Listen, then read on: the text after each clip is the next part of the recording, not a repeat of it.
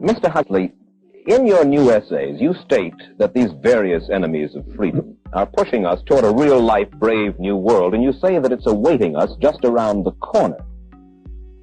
First of all, can you detail for us what life in this brave new world which you fear so much, or what life might be like? Well, to start with, I think this kind of the dictatorship of the future, I think will be very unlike the dictatorships which we've been familiar with in the immediate past. I mean, take another book prophesying the future, which was a very remarkable book, George Orwell's 1984. Well, this book was written at the height of the Stalinist regime and just after the Hitler regime. And there he foresaw a dictatorship using entirely the methods of terror, the methods of physical violence. Now, I think what is going to happen in the future is the dictators will find, as the old saying goes, that you can do everything with bayonets except sit on them. But if you want to preserve your power indefinitely, you have to get the consent of the ruled. And this they will do partly by drugs, as I foresaw in Brave New World, partly by these new techniques of propaganda. They will do it by bypassing the sort of rational side of man and appealing to his subconscious and his deeper emotions and his physiology even, and so making him actually love his slavery. I mean, I think this is the danger, that actually people may be in some ways happy under the new regime, but they will be happy in a situation where they oughtn't to be happy. But let me ask you this. You're talking about a world that could take place within the confines of a totalitarian state. Let's become more immediate, more urgent about it. We believe, anyway, that we live in democracy here in the United States. Do you believe that this brave new world that you talk about could, let's say, in the next quarter century, the next century, could come here to our shores? I think it could. I mean, that's why I feel it's so extremely important here and now to start thinking about these problems, not to let ourselves be taken by surprise by the new advances in technology. I mean, for example, in regard to the use of the drugs, we know there's enough evidence now for us to be able, on the basis of this evidence and using a certain amount of creative imagination, to foresee the kind of uses which could be made by people of bad will with these things, and to attempt to forestall this. And in the same way, I think with these other methods of propaganda, we can foresee and we can do a good deal to forestall. I mean, after all, the price of freedom is eternal vigilance. You write in Enemies of Freedom, you write specifically about the United States. You say this, writing about American political campaigns. You say, all that is needed is money and a candidate who can be coached to look sincere. Political principles and plans for specific action have come to lose most of their importance. The personality of the candidate, the way he is projected by the advertising experts, are the things that really matter.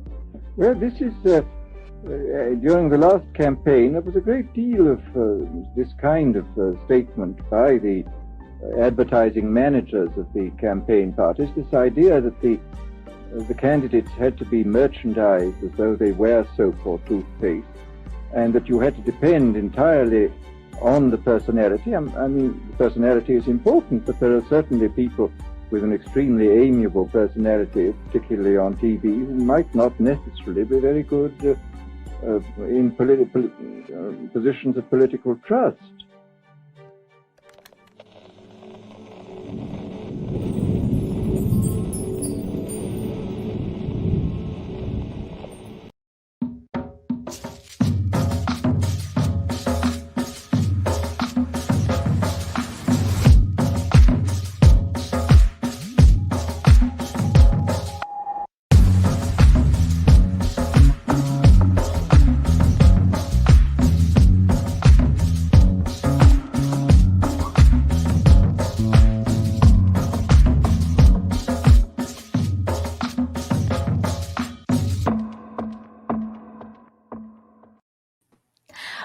going on, everyone? It's Nita Infinity. Welcome to Breaking the Narrative on this Wednesday evening. I am joined by the very awesome Comix Division for the first time on my channel. How you doing, Comix Division? I'm doing pretty good, Nina. How about yourself? I'm doing good. I'm super excited to be able to talk to you finally because we've been trying to get this stream going for a while and talk about the crazy madness that is like Coof and the Great Reset and now Afghanistan. Like, holy shit, what is going on in the world? Like, it just seems like every day I wake up and I'm in another dimension of the Twilight Zone. The dimensions just keep on getting weirder and weirder, and it's just infinitely weird.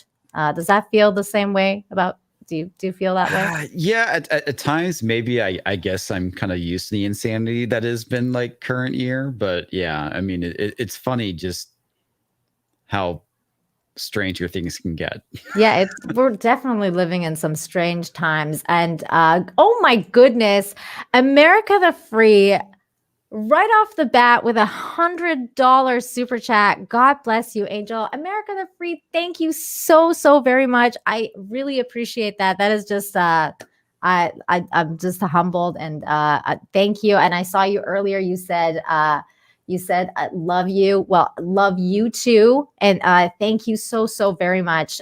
This just off the bat. Thank you.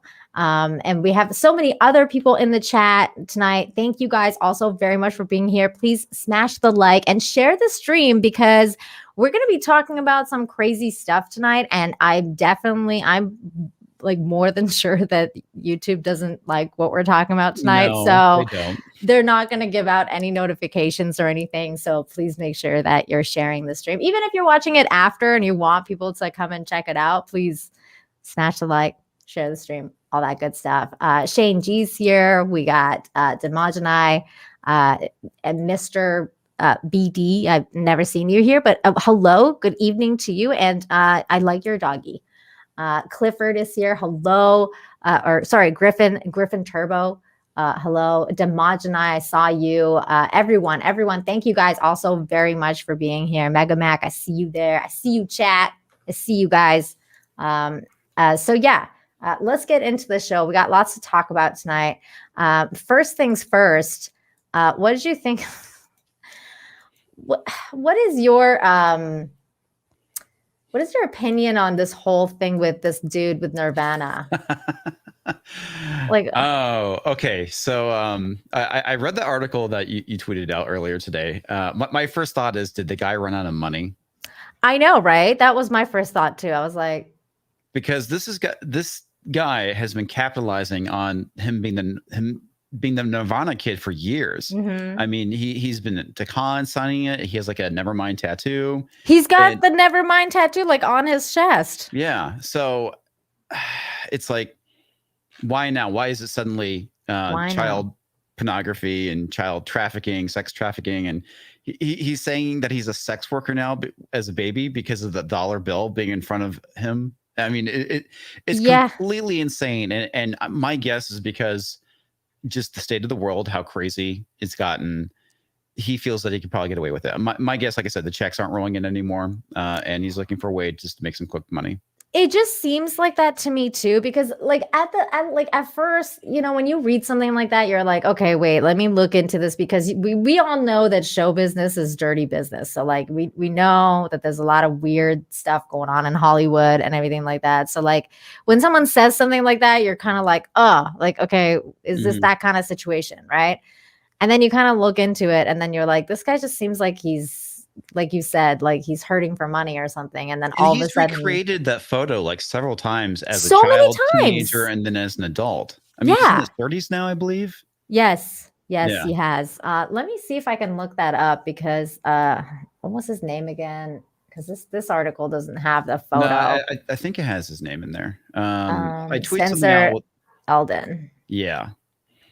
Jack Posobiec tweeted something out, and let me see if I can find it. I'll send it to you. It was funny because it shows like all the photos. There's several. Here's a few of them. So this is the main one. Mm-hmm. And then he's done the other ones earlier where he's holding it. There's another one. He's done this several times. It's just, there's the one that he's done. That's it. So it's just kind of really weird. I feel like, I don't know. He brings up that like he didn't know, and like he didn't know that he should be feeling that way. In like, like I don't know how to feel, basically. Like, and now that I've thought about it for this long, I feel like maybe they took advantage of me, and it's like, you were a 4-year-old baby.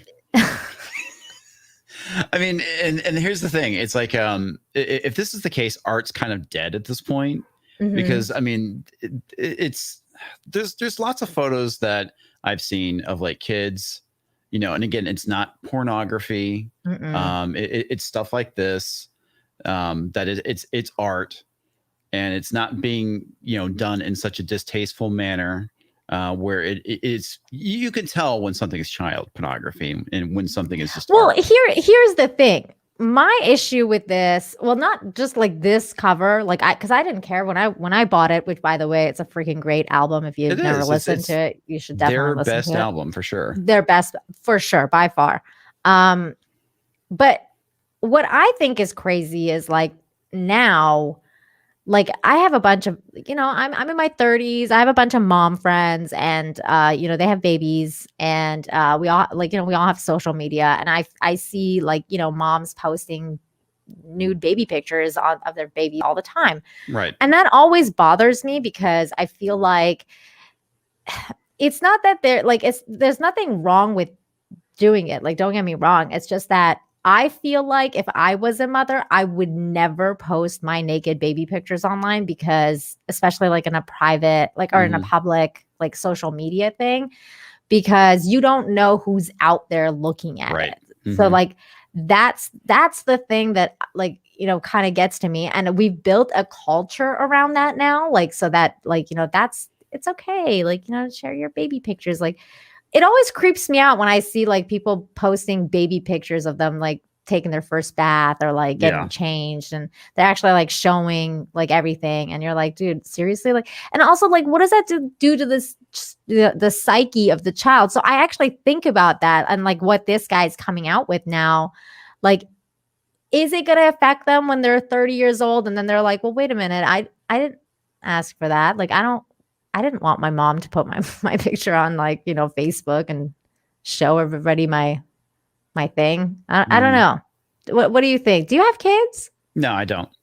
Yeah. But my parents took pictures of me naked as a baby too. I mean, but did they post it on social media? No, I mean, I was a baby before social media. I mean, exactly. That's the thing, right? I mean, I would say it's no different than whipping out the photo album and showing them to everybody, because that's what they did back in the day. Yes, they did do that. Is it embarrassing? Yeah, a little bit, but it's not like I was traumatized by it. Right. I mean, that was like one of my favorite things my mom did, is like, whenever I had a girlfriend over, she'd whip out the baby photos. I was like, why are you showing this? This is embarrassing. But, like it says, like, oh my God, those pictures were taking me as a baby without consent. It's like, are you fucking that's a little insane? Much. Yeah. Yeah, definitely. No, I agree. I just think like the culture around it is a little bit, it's getting a little weird for me, because I'm like, maybe if you're going to complain about this kind of stuff, don't post your baby pictures online. I don't know. Yeah. Because again, it's weird. It's different when like parents used to do it to like people we knew, right? Like, in your case, you're like a girlfriend or like a friend or whatever, right? These pictures are public for any creeper to see. So that's the thing that I have a problem with. I'm like, no, that totally makes sense why parents wouldn't want to put that stuff online. And it's like the whole thing that happened with YouTube a number of years ago. It was because you had creepers coming in and looking at these child channels, and it's just like, it's I remember that whole thing, and that's why the whole advertiser thing changed and everything. That's why a lot of the YouTube rules changed, was because of that. SOPA, I think it was called. Yeah, I remember that. That's creepy. Hi, 200 Watt Studios. Thank you so much for the $2. Says, hail you two. Can you believe this Nirvana guy? I know. Yeah. I don't know. I feel like at this point, everybody's taken advantage of something. Here's another guy that's clearly taking advantage, in my personal opinion. This guy right here says, this article, man convicted of mosque bombing blames right-wing blogs, says he's transgender woman and calls for leniency based on gender dysphoria. This dude right here. Does this guy look like a woman to you? No, he does not. But here's the thing. It's only a matter of time before people start using this to take it. They're taking advantage of the system.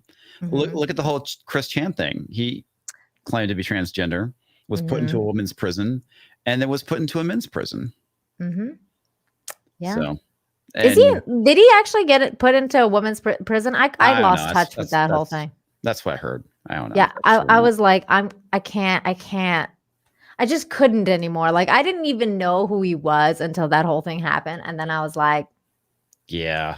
Really? Yeah, it's pretty gross. But yeah, I mean, it's like you're going to see more and more of this stuff popping up with, they're just making it easy. And, they're just making it, yeah. Yeah. What's going to destroy feminism is the whole trans thing. Yeah, that's a really good point. 200 Watt Studio for $2 says nerve Anna. This guy. Fun. See?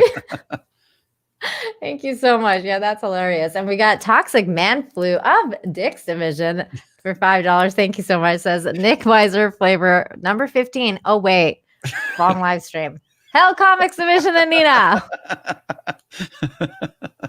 Well, hail to you too. Thank you for being here, and thank you for that $5 super chat. You have a great dude. You have really funny people in your chat. I really enjoy going in your chat. Most of the time I'm lurking, but I like the people in your chat. They're good people. I agree. They're fun. There's a lot of intellectual people in your chat. I love that. Like, and I love how you shout out to Culture Casino, Wes Moody. You guys have some really great conversations, which, by the way, I'm such a bad host. Can you please tell everyone who you actually are and where they can find you, your channel and everything like that? I got so excited you were here, and I totally forgot about who you are and who, all that good stuff. I almost said, hi, I'm Culture Casino. That's not the case. Hi, I'm Comics Division of the Comics Division YouTube channel. You can follow me on Twitter at Comics Division, and mine's at Comics Division. And of course, you can find me on Friday Night Tights and Unsafe Space. Nice. He's on this little channel on Fridays. It's called Nerdrotic. No one's heard of him. No one's heard of this guy. He's got a big beard. And they just had a big meetup in Vegas, but he's on that show every Friday. Also, I didn't realize that you were connected with Unsafe Space because I saw your picture with Carrie and I was like, oh my God, it's Carrie and Comics Division. That's so cool. Because I just met her very recently. I found her through FNT, and I just interviewed her and everything on this show. She was my first guest for Breaking the Narrative. Yeah, Carrie is fantastic. So is Carter. It was awesome meeting them last weekend, actually. It was pretty cool hanging out with the Unsafe Space crew. Yeah, that's awesome. I saw the pictures of that, and I was like, that's really cool. Yeah. Reset stuff for their channel. Oh yeah, yes, they do. Carrie's just a really smart woman. Yeah, she is. But yeah, so this guy, he's out of control.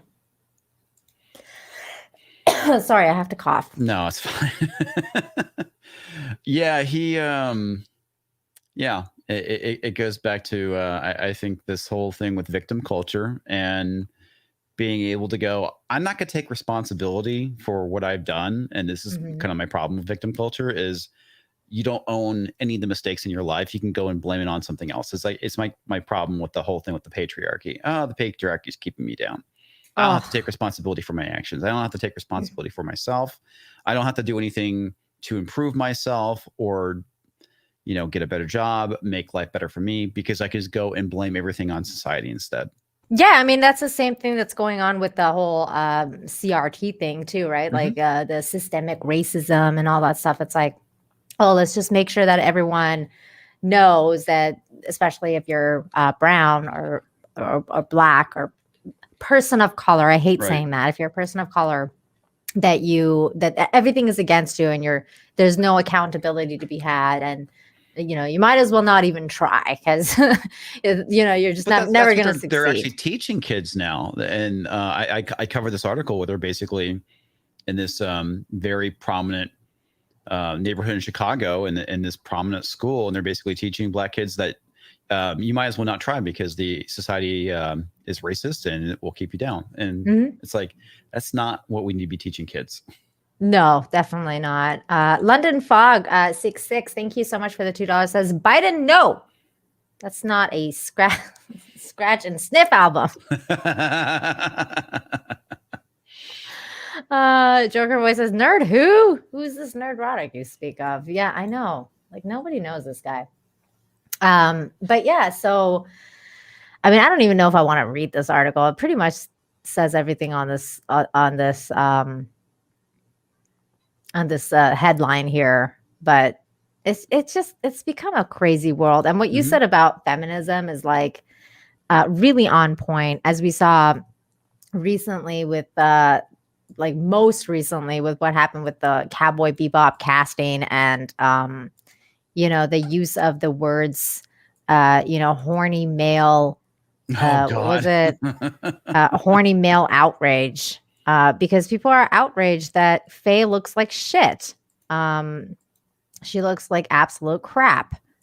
Yeah, and that's the one thing that for them to say that is dumb, because for the most part, Cowboy Bebop is very much a noir story. And Faye is very much the femme fatale. Yeah. And it's like, to not get that, it's like you don't understand Cowboy Bebop then. It's like you have no reason to be saying this shit about Cowboy Bebop because you don't understand the series.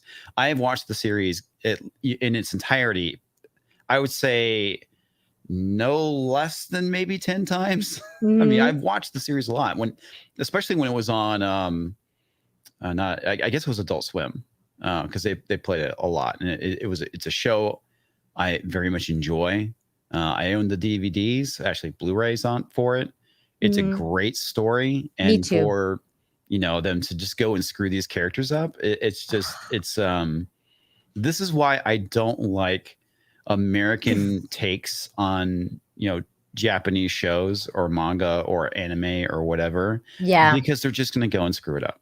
Yeah, they always lose something, right? Because I mean, anime is just so special in itself, and in terms of like how it's made, especially classical animation, where you're talking about like the it just, when I was looking at the photos, it's lost something. You could tell like the soul is gone, like that passion is gone, something's gone.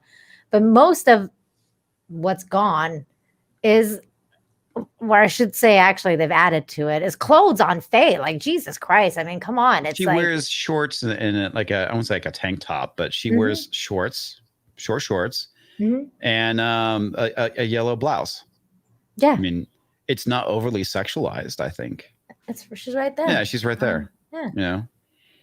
And, yeah, it's not. It's like this new culture of like, let's cover women up and make them look like men.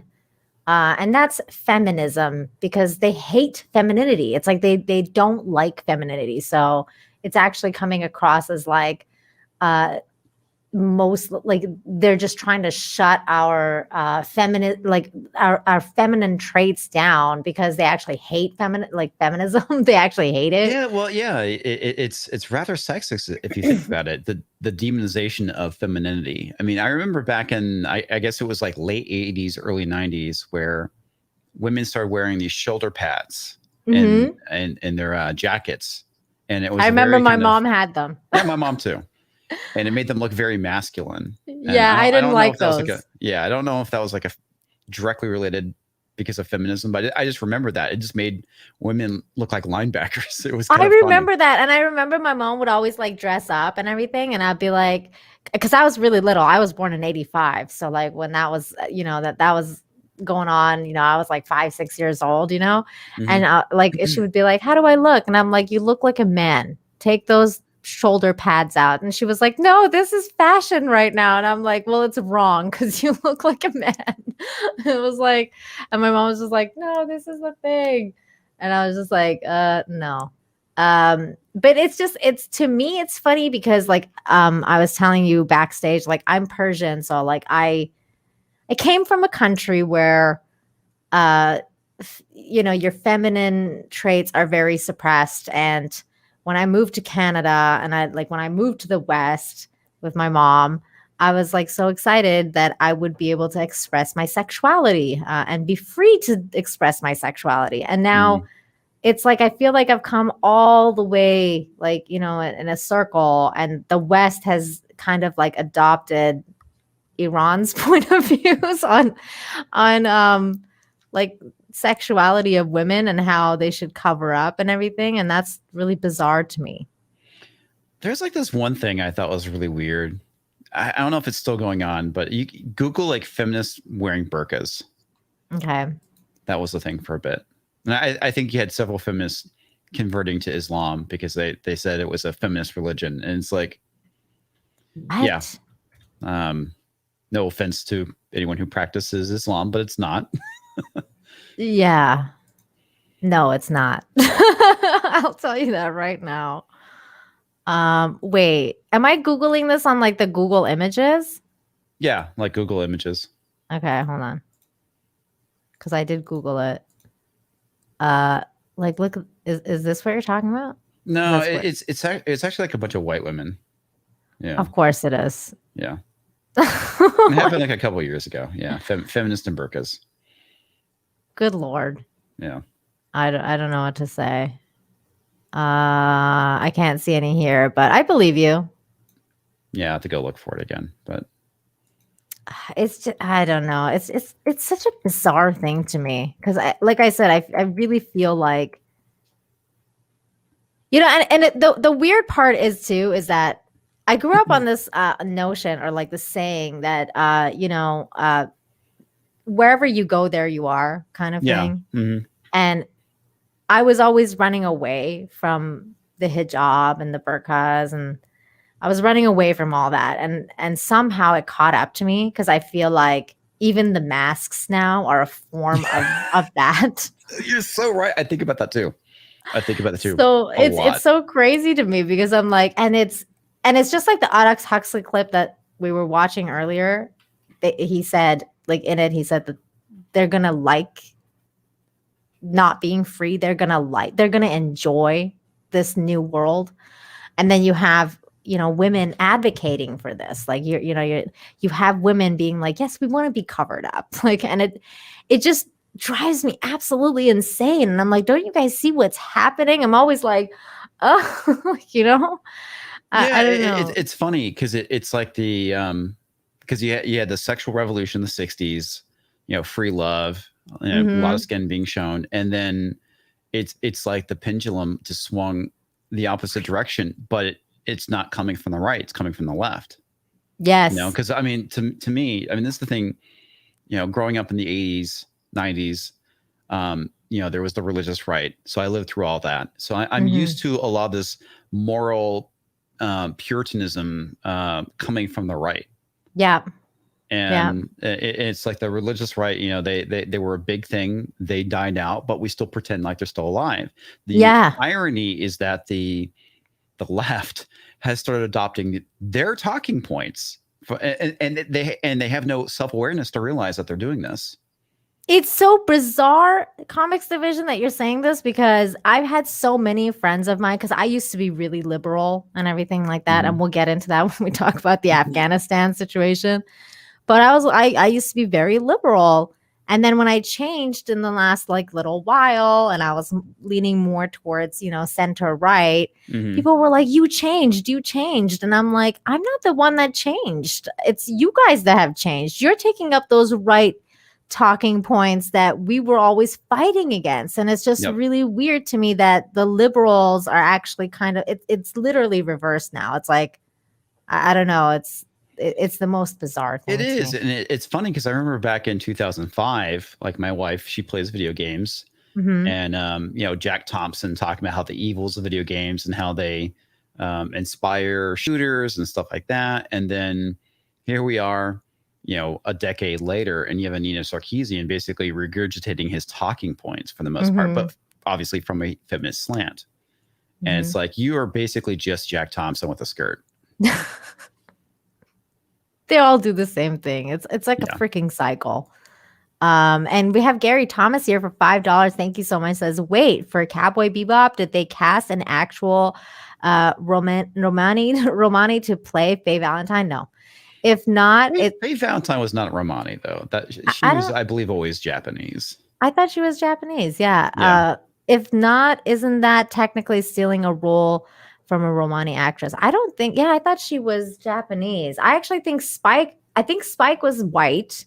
Yeah, he has a very German name with the last name of Spiegel. Spiegel, yeah.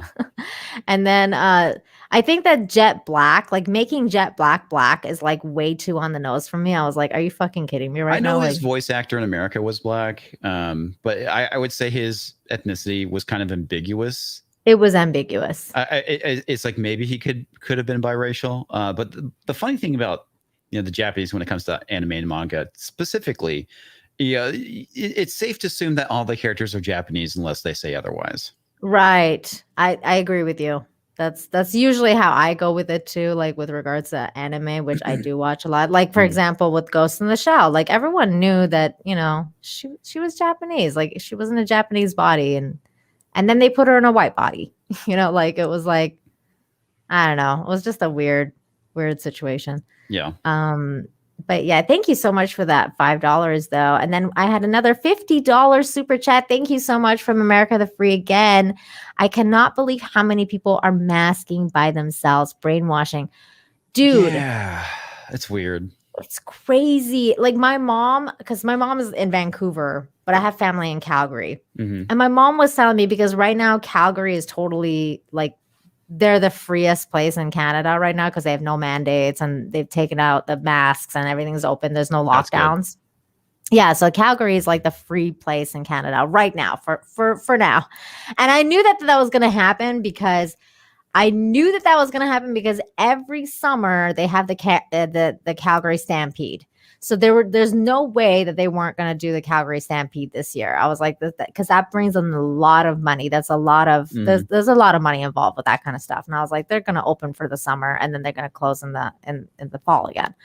But apparently, meanwhile, like when they opened, people started protesting that they were open. Like people apparently had gone and started protesting that we want masks and we want mandates and you're killing us. They were like screaming at the government that you're killing us. And here I am being like, everyone needs to get out and start screaming that we need to be free and we need to stop the masks and mandates. A lot of this is so weird. I mean, it's become very tribal, whether you're, pro-vax, anti-vax. It's like, this shouldn't be a political decision. And again, per YouTube regulation, and it's actually sound advice, consult your doctor. Don't let anybody on social media or YouTube or Twitter or whatever, you really should consult these things with your doctor. I mean, there are reasons why people should or should not get the vaccine. Absolutely. Conspiracy theories, completely set aside. Put it aside. Yeah. Yeah. It's like with any medical decision, you really should go and consult a doctor. It's, just that simple. Yeah. But there's that herd mentality of, you have to get the vaccine. Well, what if, you can't? What if it might actually cause harm to you? Yeah. What if you're allergic to something in there or like whatever? That's where consulting a doctor is very important. Exactly. And by the way, disclaimer, YouTube, neither of us are medical experts. No, not a medical expert. Please always consult your doctor about wearing masks, whether you should take a vaccine or anything like that. Consult your doctors. We're not speaking anything like, that you shouldn't do it or you should do it. Yeah. Consult your doctors. It's so bizarre. I mean, even just I've gotten committee warnings talking about stuff. It's like, these are things that, you should think about doing because they're not bad. And medical misinformation. It's like, I'm not saying,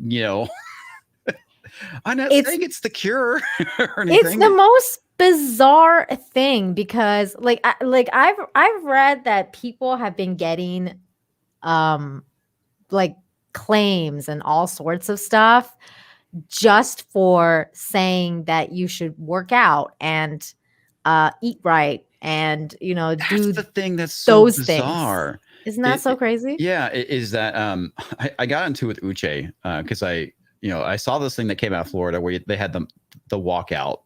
And I was like, they'll walk out of the doctors, right? Yeah, and I was like, well, fuck the Hippocratic Oath. I mean, yeah, and people got so butthurt over that statement. And dude, I'm with you though. What the fuck was that about? I don't know. And the funny thing about it is that when they how do you feel about them taxing the system and blah blah blah blah because of not getting the jab? And I'm like, well, it's like before that, obesity is like the number one thing that's overwhelming the medical care industry, but we're not talking about that now. And obviously that plays into health as well. And I've had several people in my family, get the Coof and they're fine. And that was last year. It's not the Delta variant. And then, but the other thing too, I'm thinking it's like, why are these hospitals overwhelmed? They knew this isn't last year. Okay. They had a year to prepare. And why are you blaming the unvaccinated at this point? You are literally blaming people for not getting the vaccination and they're overwhelming the system. But the hospitals had a full year to prepare for this. Whose fault is that? Exactly. I mean, I've talked to blame the unvaccinated people. Oh yeah, I mean it's the pandemic of the unvaccinated now. I mean they use these buzzwords to try and get you to believe in their BS. Yeah. I mean I was reading a study today or an article today that dropped about Israel and how because Israel is basically one of the most vaccinated countries in the world right now. Like I think they have over 60% of their adults over the age of 12 vaccinated. I mean, I wouldn't call a 13-year-old an adult, but right. They are vaccinating at a very high rate. So over 60%, that's a lot. And apparently out of that 60%, about like 90% of them still are getting the Coof. They're getting the Coof. Well, here's the thing. If you've gone and got yourself vaccinated and you read the documentation, you would know that it says within the documentation that it is not a guarantee to prevent you from getting it. Just like the boxes say about the mask. Yeah. Yeah. There's no guarantee. I mean, it literally is in the documentation for the vaccine that there is no guarantee. And again, YouTube, not a medical expert, but this is in the actual documentation. You could go look this up. It's online. I mean, they literally hand it to you on the form when you go and sign everything. It's no one's reading the fine print. I did. I know, but nobody does that anymore. ScarJo didn't when she was signing her Disney contract and then realized, oh shit, there's nothing in there about Disney Plus. Whoops. It's like, girl, go read your contract. No. We have Aiken for $7.99. Thank you so much. Says, hi, Nina and Comix. We have mandatory masking in Adelaide. Wait, what is this word? Adelaide? Austin. I can't read this word. Australia. Oh, Australia. I think it's Australia because it's Australian money. So, but people are wearing them by themselves in their car. Yeah. I see that on occasion too. I think it's see people walking around on the street by themselves with a mask. I see that all the time. I don't see the point. I see the people wearing them in their car by themselves. I see people bicycling by themselves, wearing it with no helmet. And the irony there, right? I'm like, dude, if you fall down, you're dead. You're dead. A couple of weeks ago, Comix, I got into a car accident, a kind of a bad one, but thankfully I was fine. But that when you go through a car accident, it actually makes you really rethink about your life and oh my God, I could have died. It was like one of those moments. And it just made the Coof even stupider because I was like, I could just die right now, just walking down the street. Well, that's the thing I think a lot of people don't think about is that they're so worried about the Coof that it's like you realize you take your life in your hands every day when you get in your car. Just going to the grocery store, going out for a carton of eggs, taking a walk. You risk death. You risk death every single day. Yeah. Going out and just living your life. But for whatever reason now, we are so afraid of the Coof that we can't leave our lives, which is ridiculous. No, I mean, we would never act like this with the flu. No, we would never act like this with the flu. You know why? Because it happened to me about oh my God. And I think this was the Coof. What I had, I think, was the Coof. But it was in October 2019. I was in LA and I got sick. I got real sick, like bad. And that night I had to fly out. So I had to go to the airport. So I was in LAX with an insane fever, and I look crazy. Like I look like I was like, they're going to either arrest me because they're going to think I'm a terrorist, because I was like sweating and I was like, just like bugging out. And then this TSA guy, super nice guy, was like, "Are you okay?" And I was like, "Yeah, I'm not great. I feel like I'm going to die because I have a cold." And he was like, "Oh, I'm so sorry. I hope you feel better." And it was like, just like the most normal thing. And everyone around me was just like super nice. And they were like, "Oh, so sorry you have to fly with a cold. Like that really sucks, And now it's like, dude, they would taken me and like quarantine me for like, like they washed me down. Like I'm like radiated. And I had friends back in December. They all got sick.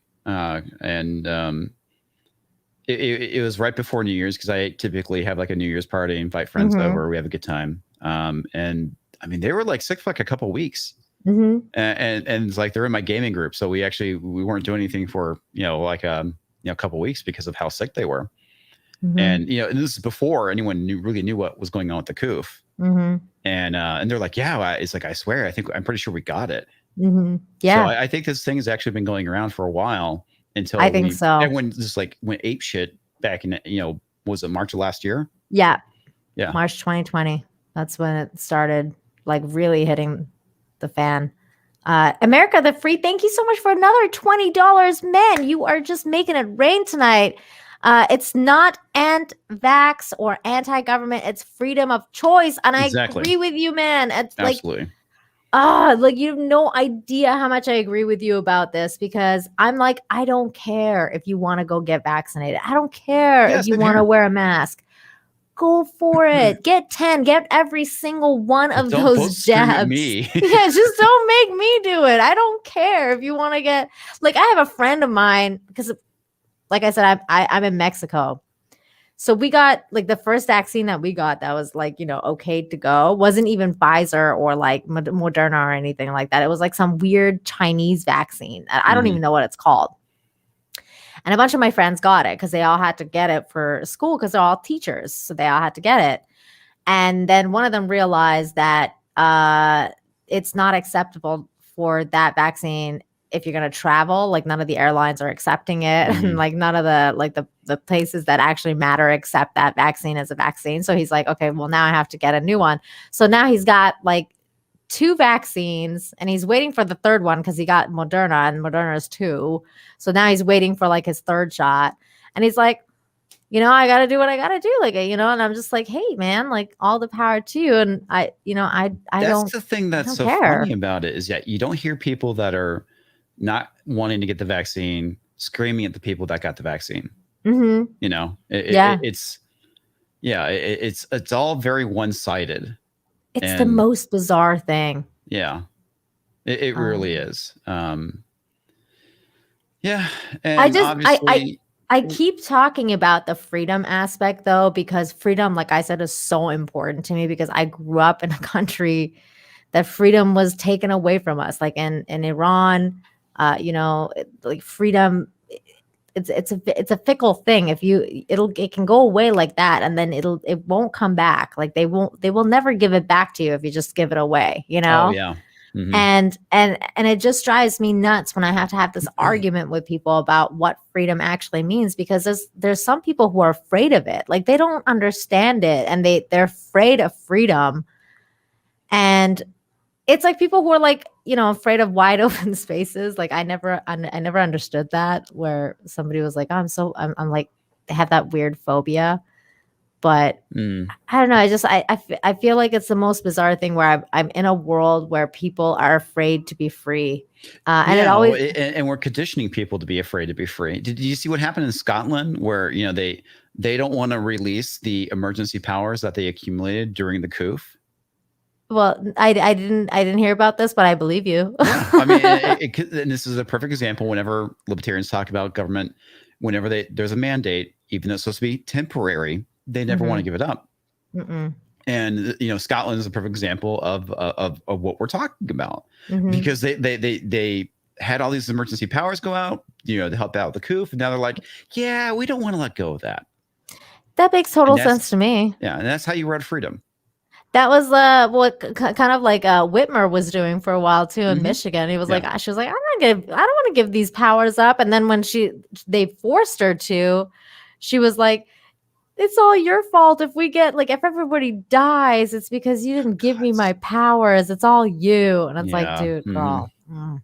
Terminus S, thank you so much for the $5. Says common sense used to dictate that you have to be shit-faced to be wearing a chin diaper at all times. Well, you know what they say about common sense, Terminus. It's no longer common. Yeah, not at all. And we have Demogenai here. Hey, Demogenai, thank you for the $2. Says, I'm not anti-jab. I'm anti-coercion and mandates. Me too. Absolutely. And that's the thing that's so weird about it. It's the propaganda out there to try and get people to do it. And it's a turnoff if you are a free-thinking individual and you see media, government, all these agencies pushing, TV shows like The View, pushing people to get the jab.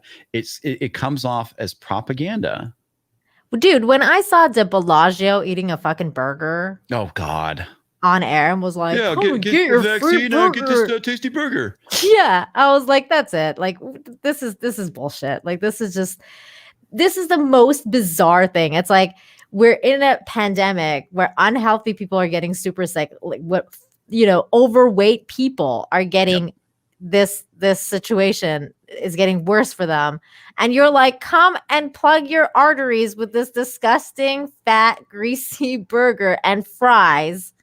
Get that fat, juicy burger with fries that's going to clog your arteries is normalized, though. Yeah, that's normalized. It's fine. Being obese is not a big deal, right? Even though it's overloading the healthcare system, it's not a big deal. It's accepted. Big deal. As a matter of fact, you're fat shaming if you I know point these things out. I'm such a fat shamer all the time now. It's like it's not good. It's not good. 200 Watt Studios for $5 says, guys, the people wearing masks in their car obviously have no air filter. Duh. Good point. Good point. And we have Toxic Man Flu of Dick's Division. Thank you so much for the $10. Says Comix. We're losing people in the healthcare industry as people are leaving in droves. That's true. You can also get free time off by saying they have a headache, which is a Coof symptom. So we are short-staffed. That's effed up. Yeah. That's effed up. Although, do you remember how at the beginning of the Coof thing, it was all about one of the symptoms was that you lose your taste buds or something like that? You lose your sense of smell. Yeah. Isn't that every flu? I don't know. I can't say for sure. I mean, my sense of smell has always been messed up, so I really can't say. But I do have, family members that did have it, and that was an actual symptom they had. They, lack of taste or smell. Yeah, because I remember that your sense of smell and taste is diminished, when you're congested. That because you get really congested. They completely lost it though. Oh, completely. Yeah, you completely lose it. Wow. See, I never had that. Yeah, neither have I. That's weird, because I always thought that was it gets diminished to a point where because that's why you have to have a lot of salt and stuff like that in your soup to be able to taste anything that's definitely something I have not experienced. But that is a really good point. And it lasted way past when they got over it too. I mean, it took a while for it to come back. So it wasn't it wasn't just when you have the flu or a cold and you're congested and that screws with your sense of smell and taste. No, it legit is completely different. Wow, that's interesting. Based off what they told me. Yeah.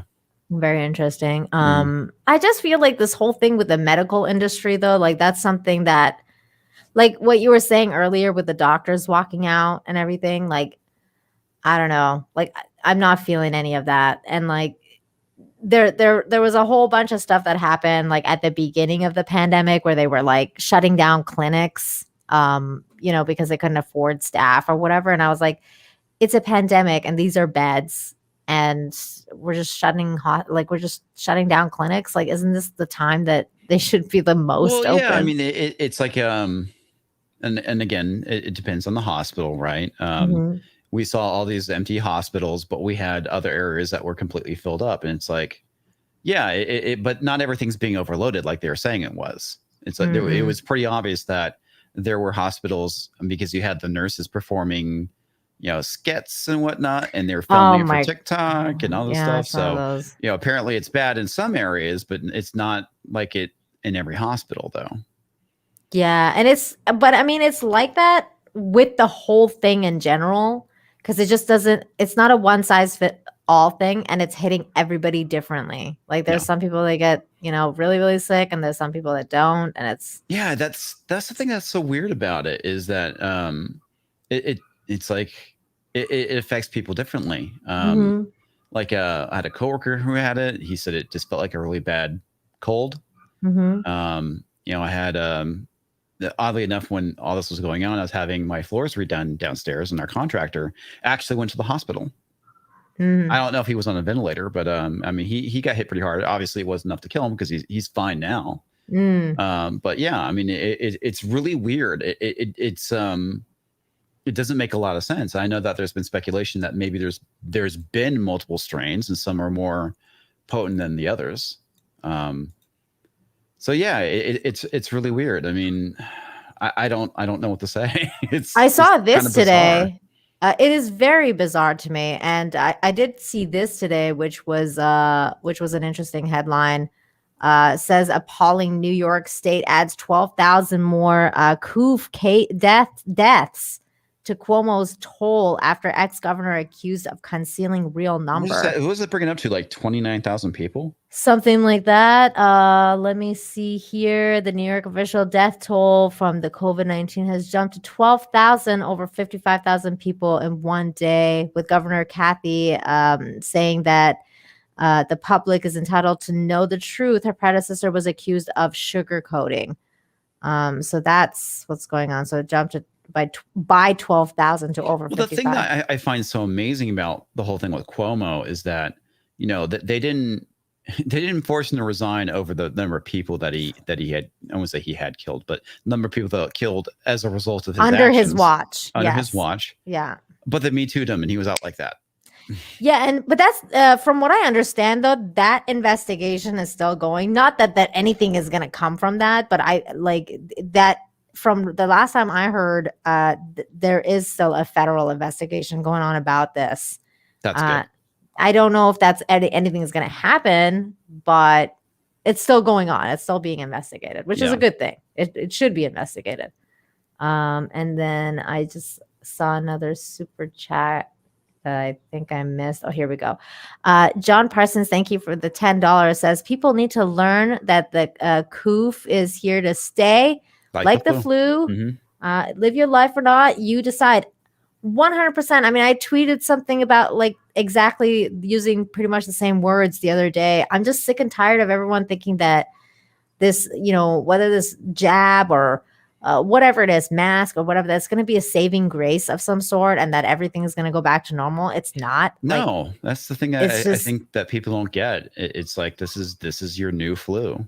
Yeah. It's here to stay. It's not going away, whether you get jabbed or not, whether whether you got 10 concoctions flowing in your body or whatever, you're going to get sick. And if it's not this, you're going to get sick again by something else. Yeah. Doesn't matter what it is. It's going to be the cold. It's going to be the flu. It's going to be whatever it is. Yeah. Just it's like if you're that afraid, stay home. Don't go outside. Don't say other people are selfish for wanting to live their lives. You're the one that's being selfish. You're the one that's being selfish. I don't know. It just drives me nuts. People are so crazy. Mr. J, thank you so much for the $5. Says, a fall of 2019, the Seattle Seahawks, 49ers, Cowboys, and a few other football teams had to deal with a mysterious illness. I think it's been here. I think it's I think it's been here too. That's what I said. Like fall of 2019 is when I got really, really sick, and I've gotten sick since then too. Because my husband was working as a teacher, and he would bring in all sorts of wonderful viruses and whatever into the house, and I'd be like, damn being it, around little petri dishes called children. Exactly. It was a thing, it's always been a thing. And but I do believe that it's been around way longer than it was purported. I think it's been a while. 300 Mirrors says they're giving $100 to everyone who gets it in New Mexico now. Yeah, I heard about that. I mean, you heard about those ones. You hear about like the what was it, the lottery. I was like, they're like, it's okay if you have a gambling addiction, just come and play the lottery, because that's something that everybody should do as well. That, I don't know, it's just crazy to me.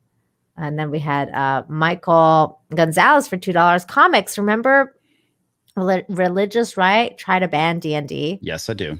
I lived through that. There's a lot of things they went after. They went after rock music, which is funny because shortly after them, it was Tipper Gore and the PMRC.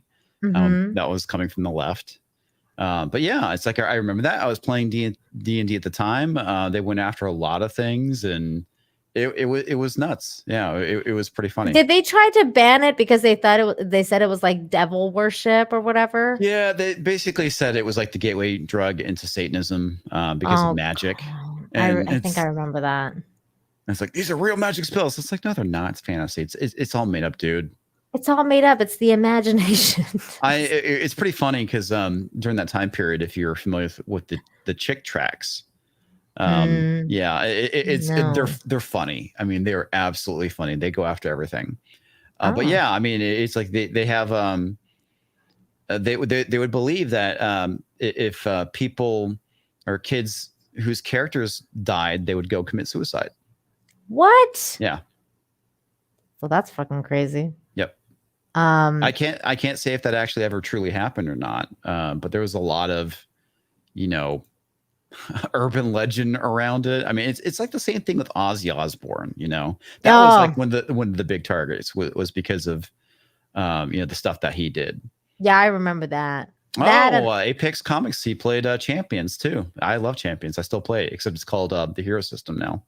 It's fantastic. Yeah, I just started playing D&D recently. I don't know if you know, with like Stieg. So I have a little D&D group, and he's our DM. And because I never found nerdy friends like in my real life that wanted to play it. Everybody always thought it was like way too dorky. And I was like, I want to play it. And then so finally I found online friends that want to play it. I'm like, let's play. But Stieg was very adamant about how like he wanted to play a certain version because the new versions are like woke now and everything like that. Yeah, fifth edition is really dumbed down, and it's kind of woke. Yeah, we're playing like the 3rd edition or something. I mean, some of the stuff that I read now about the 5th edition, like how they're like putting like ramps. I was like, what? Like, they're putting in like handicap ramps or something like that, like in the game. And I'm like, bruh, like, dude, what? It's supposed to be a freaking, like, you can fly, like, as a sorceress. Well, like, not only that, it's like, okay, so let's say you're a kid with a disability.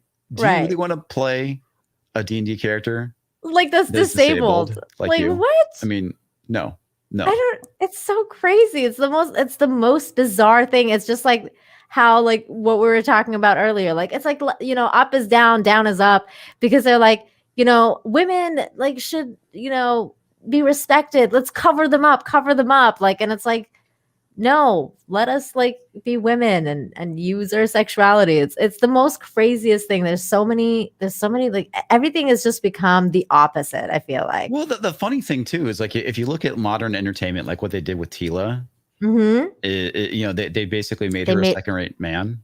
Yeah, she was a man. Yeah. And that's what they keep doing to these female characters, that they give them very male traits, male physiques, and then the funny thing about it is that they give them the what they call the toxic masculinity traits. And it's like, but it's perfectly fine. It's like they are legit just making them second-rate men. It's sad. They are. It's the most bizarre thing. I'm just like, and it's happening in real life too. Like it's like, it's not just like cartoons and like whatever. It's happening in real life as well. And it's the most bizarre. I'm just like, I don't understand. Thor Odinson, thank you so much for the $5. Says, I've been dying to play D&D for years, but I want a specific version of my favorite Ravenloft or Forgotten Realm setting, not the current garbage. Yeah, that's the current stuff is just, it's god awful. Like some of the stuff I read, I'm just like, what? That whole orc thing that it started with, I was like, seriously? Don't even get me started on that. I don't even understand. It's weird, and they've used it to basically I won't say deconstruct. They are using it to deconstruct D&D, but they're also using it to destroy the game. I mean, they legit are destroying fun. Yeah. And the thing that I find funny about it, it's like people have house rules. I mean, most people know if you've ever played D&D, you can make the game however you want it to be. You don't have to make all orcs evil. It's just the guidelines, right? Yeah. It's your imagination. If someone's like playing it a certain way, it's that person's psyche. Like it's like, like I don't. That's the thing that it's so bizarre because it's like, again, you're doing the one size fits all thing. If you went to somebody's house and they're like pretending to be a racist something, it's like, it doesn't mean that everybody is playing it like that. Like, it's just that it's the most bizarre thing. It's like that. It's just that one person, this lone thing. And now we're all meant to suffer because this one person fucked up on playing the game. Like, it's so weird. Yeah. The thing that I find so funny about it is reading, I think it's the 5th edition rules for Vampire the Masquerade. And I don't know if you're familiar with that at all, or White Wolf. Okay, so back in the 90s, there was a game company called White Wolf. They created Vampire the Masquerade, Werewolf, the Apocalypse, Mage the Ascension, Wraith, Oblivion. So basically where you're playing kind of these monster characters. And it's a really fun game. But they added trigger warnings to these books saying, and they added like a red light, green light, yellow light, kind of like coding system that if people feel uncomfortable, hold up the red light. Oh, no. Yeah, and it's like, come on. It's like you're playing a game where you're a vampire, and vampires literally eat people. And they I mean, it was funny. It was a lot more edgier and interesting back in the previous editions. When they got to this new edition, it's just like, you gotta be fucking kidding me. Yeah, I was reading some of the new edition stuff, and I was like, this is like, they're literally they're babysitting fun, and it's like, I don't understand. Like, it's like what you said. I'm telling you, man, this is all parts of the totalitarian rule and the takeover that's happening. Yeah. Ruin humor, ruin fun, ruin imagination, just get everyone to, like be like the Borg, right? Like they just want to turn us all into the Borg, like just one mind, just think a certain way, like this robotic. Have you ever seen the Imagination Land episode of South Park? No. Oh my God, it's so good. I have to start watching South Park again, because I stopped watching South Park after they introduced like the new people, like Timmy and them. And then I was just at a point in my life where I was like, I'm done with South Park, but I have to go back and rewatch it. I want to say, are you saying Imagination Land? I'll have to write this down. Yeah. Okay. I don't know what season it was, but it was actually really good. It was before we started getting crazy.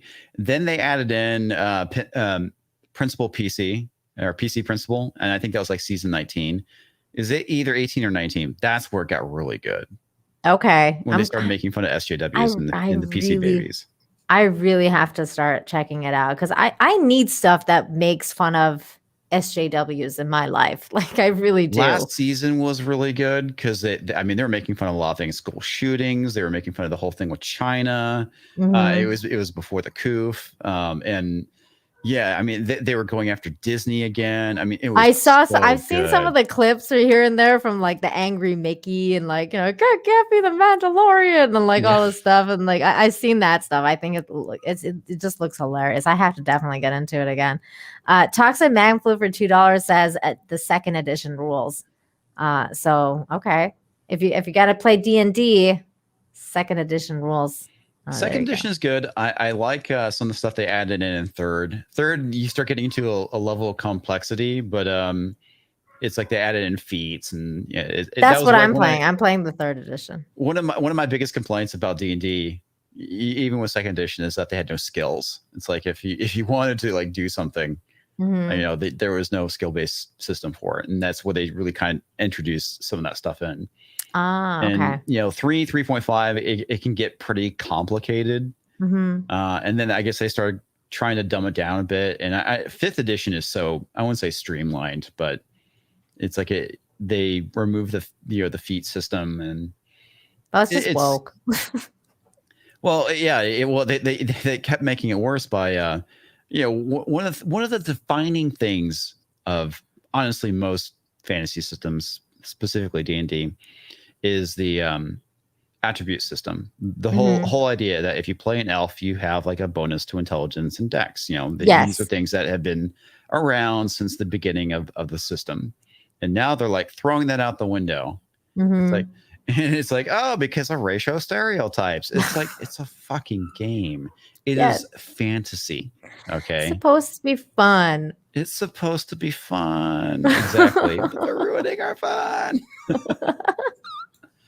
Thor Odinson, thank you so much for the $4.99. Says I despise the newest Raven Loft campaign setting.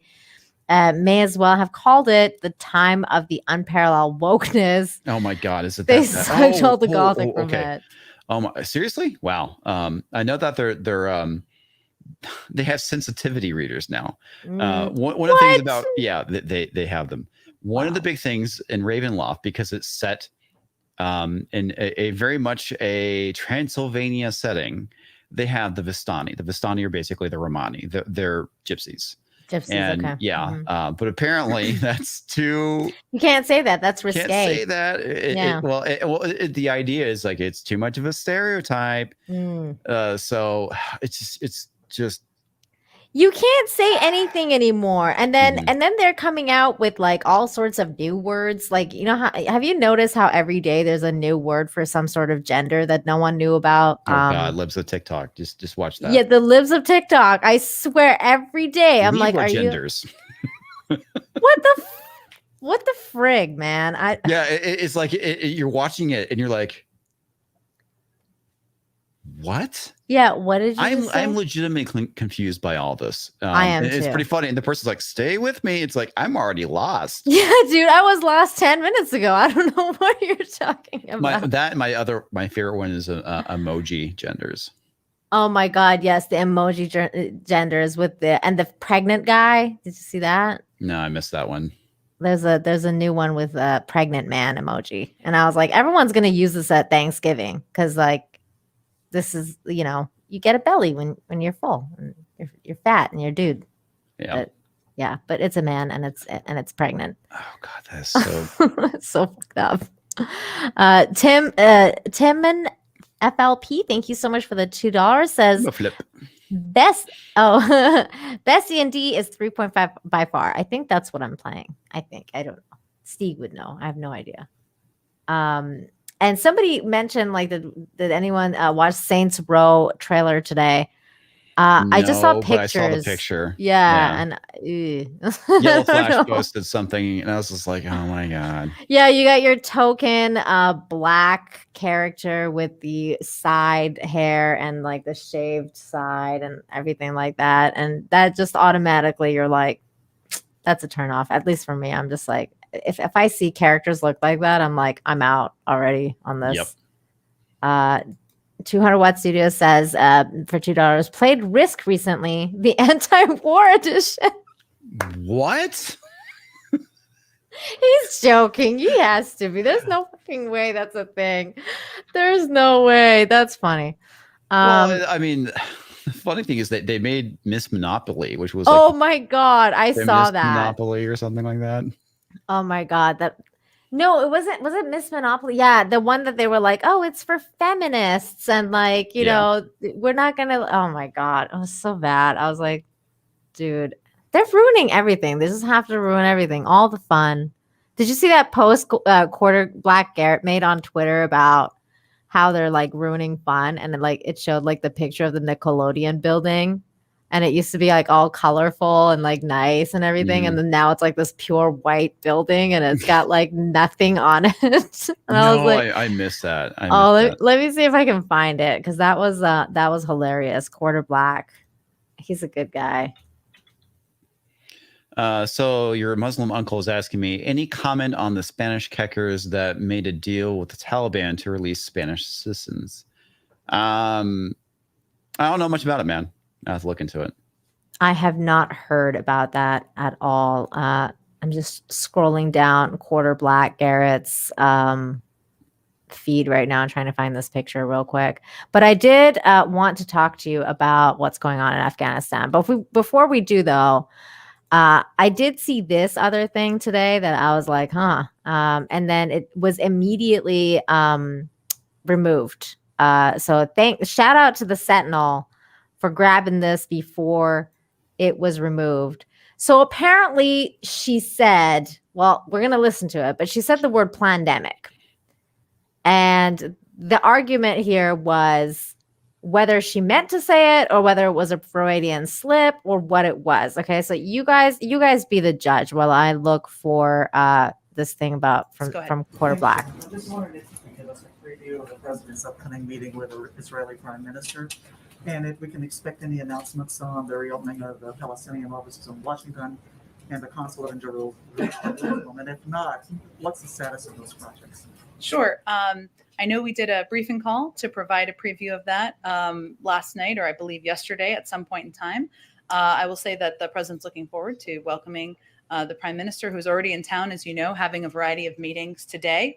We expect their conversation to be wide-ranging, to cover a range of topics of mutual interest, everything from COVID-19 and our efforts to address the global pandemic to regional security issues, which could include a range of topics, including security within Israel, as well as so that was it. Iran and other issues of. What do you think? Do you think it was a Freudian slip? To me, it kind of sounded like she said the word wrong.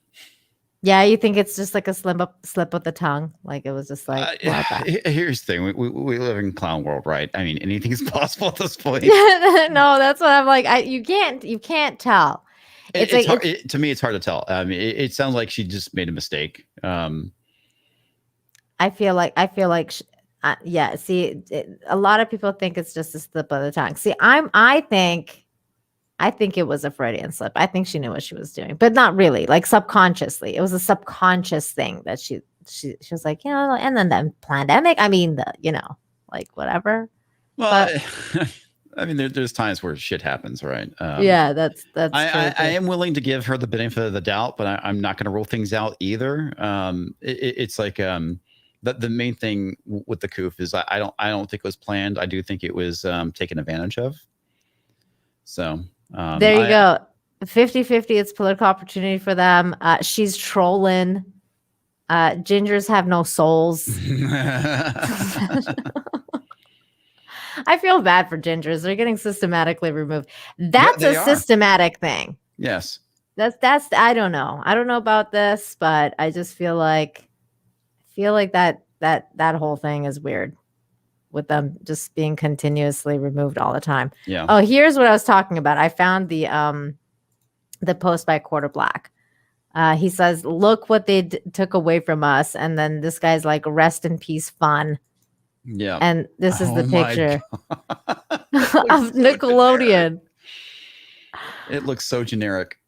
It's so bad, right? Like it was so fun in the 90s, and like there's so much color and beauty and. It looks. When did they change that? Apparently, I don't know. I think this is the new building. I mean, it's the same building. It is. It is absolutely the same building, but it's like the new. They were like, okay, we're just. I guess the new year, like 2020 on, I'm guessing, or maybe 19. I don't know. I don't know what the time was. It goes back to you can't have fun anymore, right? It's not allowed. It's not allowed. Fun is not allowed. They're taking away fun. They're taking away humor. They're taking away everything, man. They're like, stop it.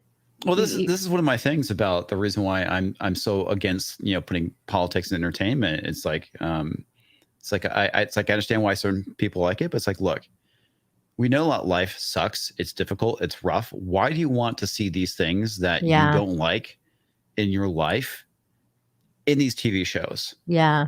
Because it validates you in some form or fashion. It's like, don't you want to get away from it? Can we have some escapism, like exactly. A little bit? And I'm not saying you can't have politics in TV shows or entertainment or whatnot, or have a political message, or et cetera, but it's like, it's in fucking everything. Yeah. It's in every single show now. Yeah. You can't get away from it. And it's like, I know the world sucks. That's why I like escapist entertainment. And unfortunately, I can't have that now because they're putting it in fucking everything. Yeah, it's ridiculous. I'm with you, man. And it's weird because like one of the clips I have on my channel with George Orwell talking about it, and he says that all entertainment has some sort of like basically like any form of like a book or entertainment or whatever has politics in it, even the ones that don't do. Like it's just like a way. You could say that everything, all entertainment and all art has a statement, but I wouldn't say it's always political. Yeah, I wouldn't say it. I wouldn't say so either. But at this point, though, it is like everything has become political, and you're like, okay, it like, can we just take a step back a little bit, like from like everybody, like can we just like collectively like take a little bit of a step back and like if I'm watching a show about I don't know like He-Man, can I have like just let it be He-Man. Like, I don't know. It's just weird. Yeah. Something that kind of angered me about it, the whole He-Man thing is we all knew it was a bait and switch. And it was pretty obvious because, and Kevin Smith lied about it.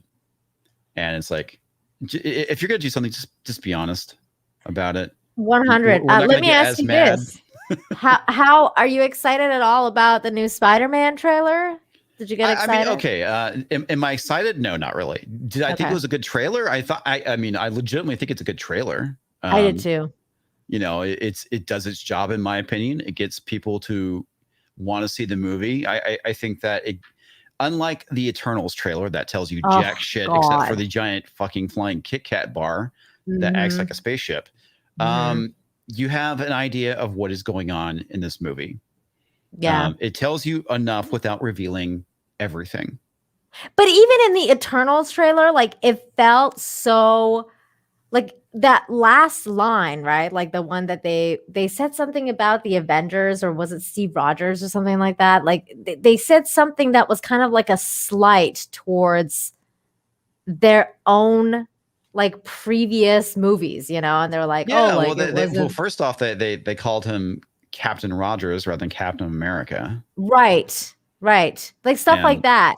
So like no one likes stuff like that in their, in their entertainment. So like to me, like this trailer for Spider-Man, it just seemed like it was again, like they had taken a little bit of a step back from all the weird political things that they were doing. And it just seemed a little bit more down to earth, and that I don't know if it was because of the Sony situation or if it was possibly. And I know Guy Scar is here. He says he's not one to get his hopes up either. I don't. Nobody wants to get their hopes up. I think after watching it and sitting on it and thinking about it for a day, I think it reinforces what I've said about the Disney Plus TV series.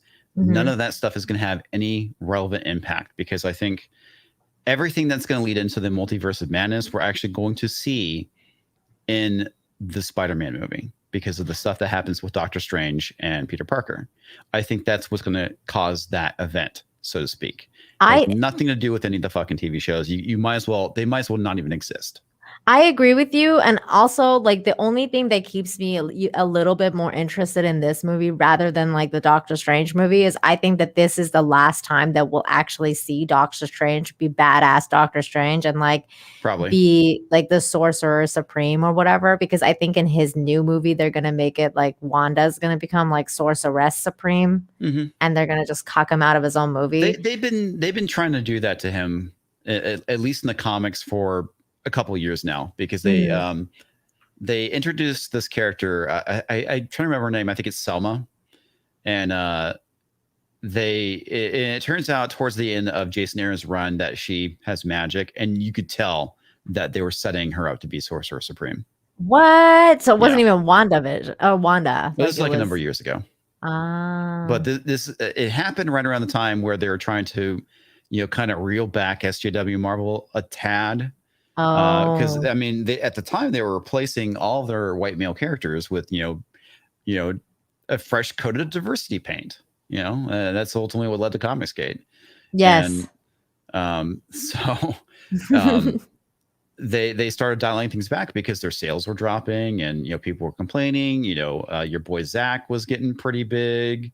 It's like you had Mark Waid gunning for him along with Dan Slott. So I mean, they started kind of like reeling it in a tad. It never fully went away. They got smarter about it to a degree.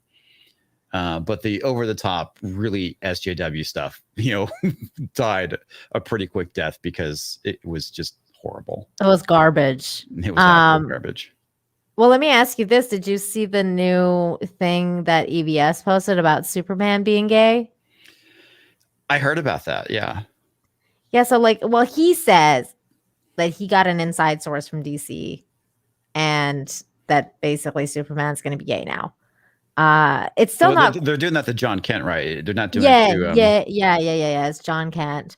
Mind you, I never understand when people say stuff like that because, as a normie, because I'm not a huge comic book person, but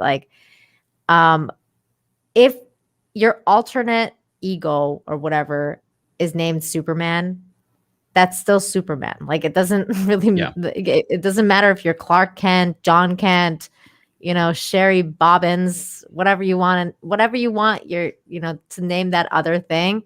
If your hero name is Superman, that's Superman. So if you're going to make him gay, then you're making Superman gay. I don't care if it's it's John Kent or if it's whoever else. It's not Clark.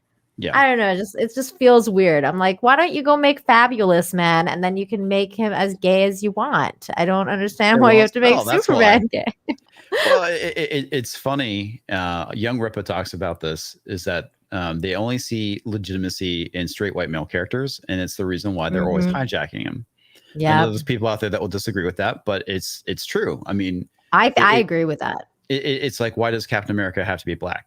Why can't Falcon just be a good character? I like the Falcon as the Falcon. I liked him as the Falcon. I thought he was awesome as the Falcon. And then all of a sudden it's like, no, now he's Captain America. And I'm like, I thought Bucky was going to be Captain America. He gave him the shield. Well, he gave well, here's the funny thing. At the end of Infinity War, Endgame, Cap gave Falcon the shield. So, and then we went through an entirely pointless TV show about how his origin story. Falcon became Captain America. It's like, you already established this. Okay. You basically undid it and then redid it. Yeah. Because they wanted some random origin story for Falcon to become Captain America and then have a new suit. Well, not only that, yeah, again, it's the origin of his suit. He was already, Falcon Cap, so to speak. Ultimately, here the thing is that people don't understand is that they've done the title change multiple times over the years. Fans never like it. They like Steve Rogers. They want Steve Rogers to be Captain America. People complained about Bucky when Bucky took over as Cap, and yes, they also complained about Falcon when Falcon took over as Cap. I like Sam Wilson. I really like Anthony Mackie as Falcon. He brings a lot to that character. I agree. And I thought that, the first episode where they had that fight with Falcon was fantastic. It's like you could have done a whole TV series of that with Bucky. Mm-hmm. But no, you made it political and about him being black and how America's not ready for a black Captain America. No, that's what the story was about. Yeah. And it's like, come on, dude. It's like, I hate that nonsense because I will always bring this up. Michael Jordan is Black Captain America. Okay. He was America's star back in the 80s and 90s. You can't tell me that there wasn't somebody like that.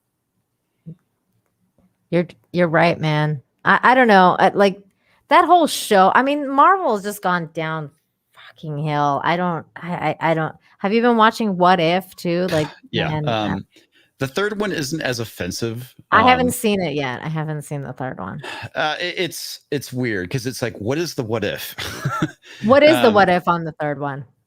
I don't know. It essentially what happened. What if the Avengers didn't assemble? But it's what if Hope Van Dyne was an agent of S.H.I.E.L.D. and died, and what if Ant-Man became the Wasp and killed the Avengers? What? Yeah, that's the episode. It's closer to what a what if story should be, kind of. I mean, that doesn't sound too bad. Like, it's not as bad as the last one. I did not like T'Challa. It didn't make any sense. Is really what it came down to. But yeah, the first two episodes were terrible. Oh my god. Okay, well, at least the third one doesn't seem. Yeah. Okay. At least it's not as bad as I'm imagining it now. Okay, great. There's several things that happened in it that are really terrible. Okay, so they retroactively made Coulson gay. Yeah. Okay. Yeah. So they made Coulson gay, and at the end, because obviously all this takes place before Captain America was de-iced. You see Nick Fury there at the ice. And he said, I'm trying to remember, it was like, welcome back, Captain. And that pans over and you see him like brush the ice and you see the Captain America shield, but he looks over and sees Captain Marvel. The fuck? Yeah. And so it's like, you're thinking he's saying welcome back to Captain America, but he's really saying to Captain Marvel. Yeah. And it's just like, boo. Yeah. Boo. Yeah. Okay. So, that's nuts. Yeah. I do a review on it every Sunday. What if all heroes died is what he called it, but oh my god. Well, I do have a review on it every Sunday, and Az has been joining me actually for the last two, so hopefully he'll join me for the third one too. It'll be fun. But this one doesn't sound too bad though. Man, the last two it's not too bad, but it's not great either. I mean, yeah, there's a lot of it's okay.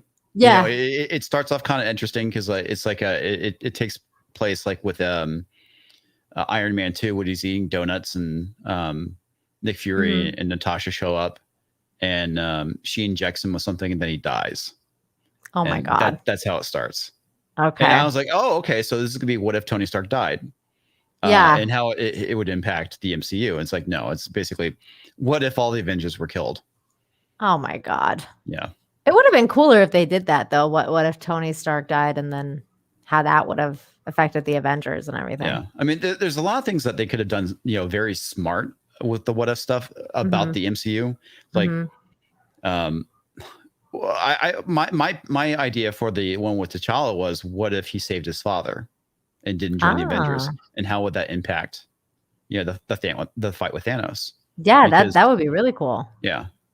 Yeah, it's stuff like that, and that's the thing that is so funny about the what if stuff is like you take a situation that was pivotal to that character or to the Marvel universe, and you change it, and you see the ramifications.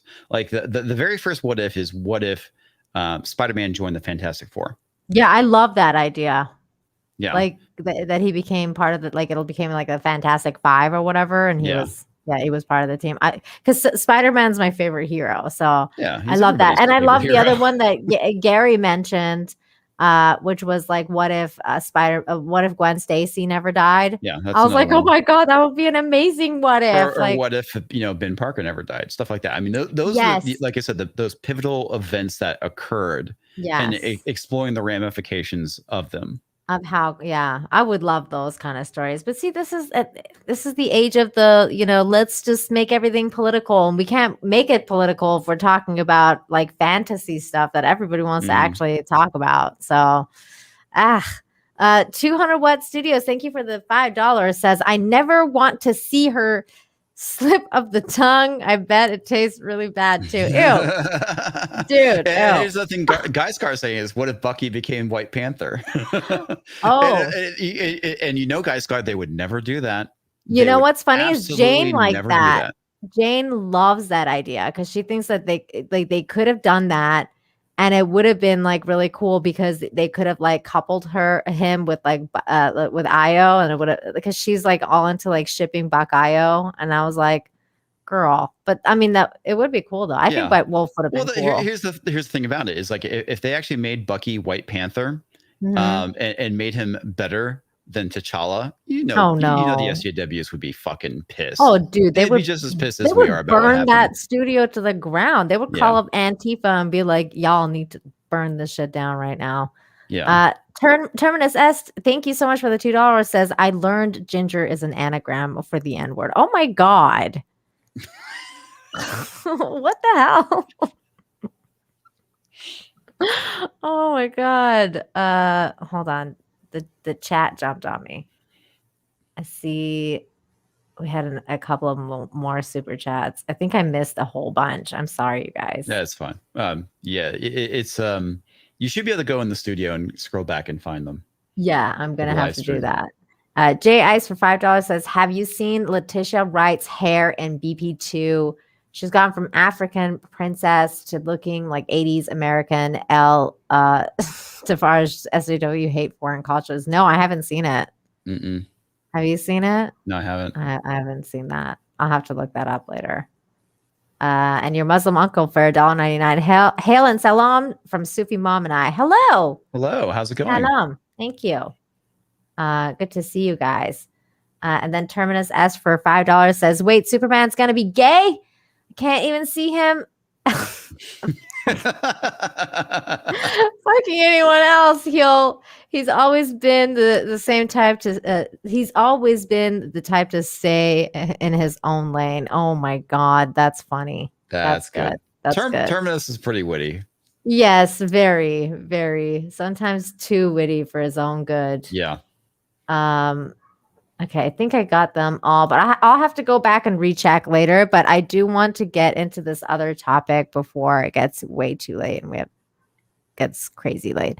One more thing about the Coof I wanted to get your thoughts on was this statement by Alex Jones, who came out and called out Donald Trump, because we know they were really good friends before the elections. I don't know if you saw, but Donald Trump came out and gave a speech the other day, and he one of the parts of the speech I did like was the fact that he called out woke culture, and I thought that was really funny. That was funny. I did see that clip. Yeah, that was a good thing. But other than that, like, he did come out and talk about how he got vaccinated. Specifically, he said, now that's okay. That's all right. You got your freedoms, Trump said in response, but I happen to take the vaccine. If it doesn't work, you'll be the first to know, okay? I'll call up Alabama and say, hey, you know what? But it's working. So here's the thing. He had it, though. Like, he got it before he left office. Yeah. And so I don't understand what he's talking about, that it's working. So how do you know it's not your natural antibodies that's working? Yeah. I don't know. That's well, he actually got vaccinated before I think he left office. Okay. Yeah, because they were just rolling the vaccine out at that time. Okay. So, yeah. But like, well, now, like, I don't know. I heard that he got booed, like, when he was giving that speech, because he was like talking about the vaccine. I think this is it. Well, Mitch immediately goes silent. Let's see. Because can you hear it? No, I can't hear anything. Okay, sorry, I gotta share it. Well, one thing I thought was really funny is that you had everybody on the left saying, doubting the vaccine, but once Biden became president, or was for the vaccine, that was against it previously. It's like this. It's so weird. It totally happened like that. Even Kamala Harris was like, I'm not taking the Trump vaccine. Remember? Yeah. A lot of people on the left were saying that. It's like flip. It's just flipped again. It's with this flipping thing that we're talking about. Okay, so here we go. Recommend take the vaccines. I did it. It's good. Take the vaccines. But that's okay. That's all right. Oh, see, you got your freedoms. But I happen to take the vaccine. If it doesn't work, you'll be the first to know. Okay. Recommend take the vaccines. I did it. It's good. So Alex Jones came and called him out, though. He was like, "What the f are you doing? You're an idiot." I don't get it. I mean, Trump was the one who was getting the vaccine out there. I mean, it only makes sense for him to take it, considering he was responsible for light speed and trying to get it out. So he was the one that made it fast paced and everything like that. Like he was like, we're going to fast track these vaccines. We're going to get them into your arms. Like, he was the one that advocated for all this stuff. And actually, that's one of the reasons I'm kind of down on Trump right now, because I'm like, this all happened because of him. Like it's all, he was the one that was advocating that he's going to do this and he's going to fast track it and all this stuff. And everybody. But the funny thing is that the Democrats hijacked it. They're like, oh, there was no vaccine till us. It's like, that's bullshit. Yeah, that's bullshit. They totally hijacked it. And then and now, well, they didn't even want to give him any credit, obviously. No, they won't give him credit for anything. The guy could literally cure cancer and they wouldn't give him credit. They wouldn't. So he said, shame on you, Trump. Seriously, hey, if you don't have a good sense to save yourself and your political career, that's okay. At least you're going to get some good Republicans elected and we like you. He went on to say that maybe Trump's not bright and actually a dumbass. That's kind of funny. Yeah, it's kind of funny. But yeah, I mean, Alex Jones, he's a bit of a dumbass too. So I don't know. He's yeah, he is. He's like pot meat kettle, right? Like I don't. Well, but the funny thing about it is that it's weird. We live in clown world when Alex Jones, I wouldn't say is making sense, but when he's the shit he's saying is coming true. I know. It's like I always called that guy a tar baby because I've always been a conspiracy theorist too. Like, and yes, he was one of the people that kind of woke me up. But well, it wasn't him. It was Art Bell. I used to listen to Art Bell a lot, and I was a huge Art Bell fan. And and he introduced me to Alex Jones. So I was listening to the Alex Jones show. But the thing with Alex Jones is that he would say so many stupid things, but he would trickle in the truth along with those stupid things. And then, so like once in a while you would get these bursts of truth among these insane amounts of lies and distortions and like whatever. So I always thought he was a tar baby in that sense. And he was actually, being disingenuous and kind of like not good for the truth movement a lot of times. HM says Alex Jones is a prophet of death. That's funny. But it's weird now though, because like now, yes, Alex Jones does make sense, but it's like, I don't know. So it's like a broken clock can be right twice a day. Like, cause he would just say so many fucking things all the time that I'm like, okay, well, of course you're going to get one or two right at some point. I mean, he did some stuff that was like legit, like when he filmed Bohemian Grove and whatnot. I mean, there's stuff that he actually did. And like my wife, she's like, it's Alex Jones. I'm not going to pay attention to them. It's like, but sometimes the crazy guy might be right. Yeah. I mean, you can't just rule out everything. No. I agree. That's why I would watch all of his stuff, because sometimes he would give these things and then you're like, oh, he's probably right about this one. Yeah. I mean, everybody makes fun of him about the frog. But sorry, go ahead. It's like I think the man's a bit of a lunatic and an entertainer. But I definitely think that there's certain things that he's crazy on, and then he's like kind of spot on. And yeah, like the frog gate, like the mad prophet thing. Yeah, it totally is like that. But like, for example, like the frog gate thing, like everybody thought he was crazy, being like, like putting stuff in the water that are turning frogs gay. Yeah, they're turning frogs gay. And the way that he said it, right? Like it was like his demeanor and his like whatever. But then years later, it turns out, yeah, they're putting shit in the water that's like that, literally, causing frogs to change sex, and it's it's making people more feminine, like effeminate, because they're putting like basically estrogen and like the waters and like fluoride and like all this stuff. So it's doing stuff to people. Yes, it is. So it's so weird that like Alex Jones turns out to be right about these really fucked up things that you're like, should we be listening to this guy more closely?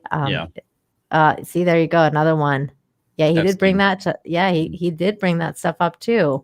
Same with like, stealing organs from babies and all that. Yeah, that's the one. Because my mom was telling me about that. My mom's, she's a bit of a conspiracy theorist and can be out there.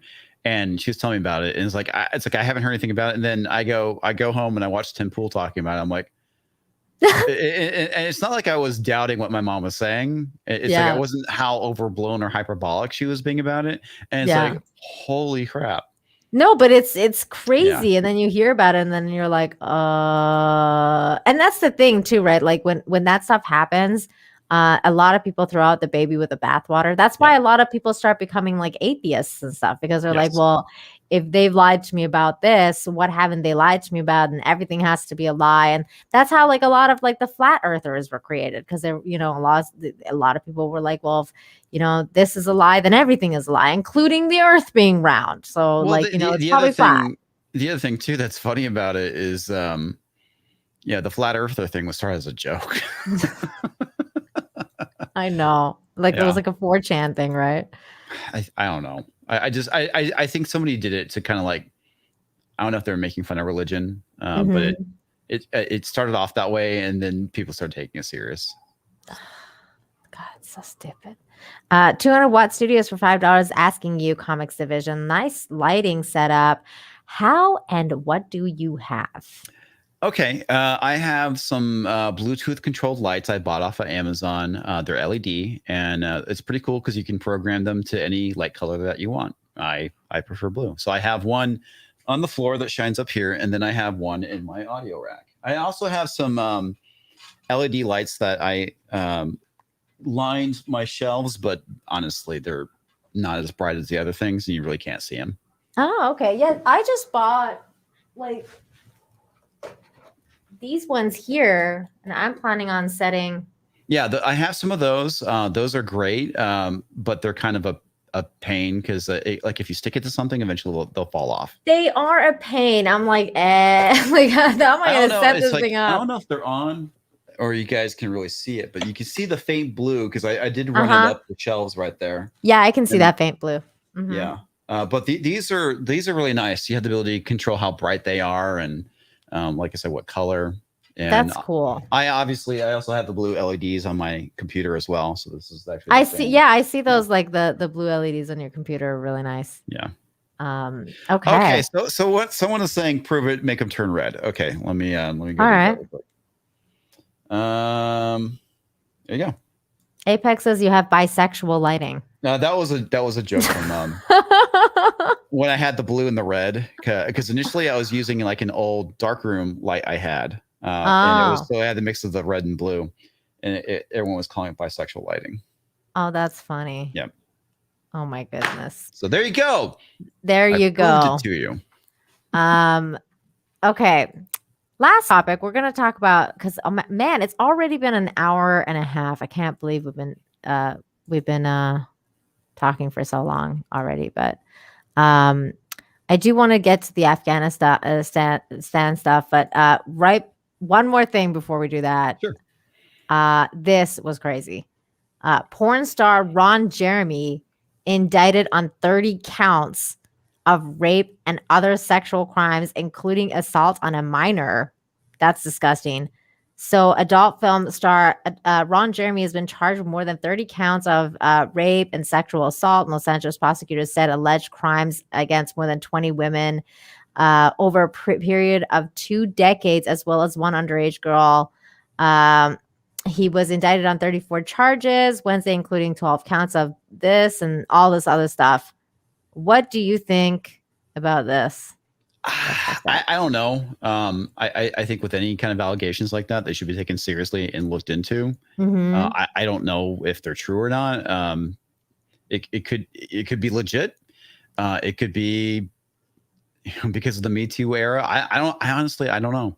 I don't know Yeah. either, but that's the thing. It's like he's so creepy, and he's always has been creepy, that it like, it wouldn't surprise me if this was the case. I mean, look at this guy. Oh yeah, I mean he definitely looks like a creeper. I mean there he is right there. Like, I mean, look at him. yeah. He definitely checks the boxes of the creepy rapist guy. But I don't know. At the same time, you're right. Like, you never know about these kind of things.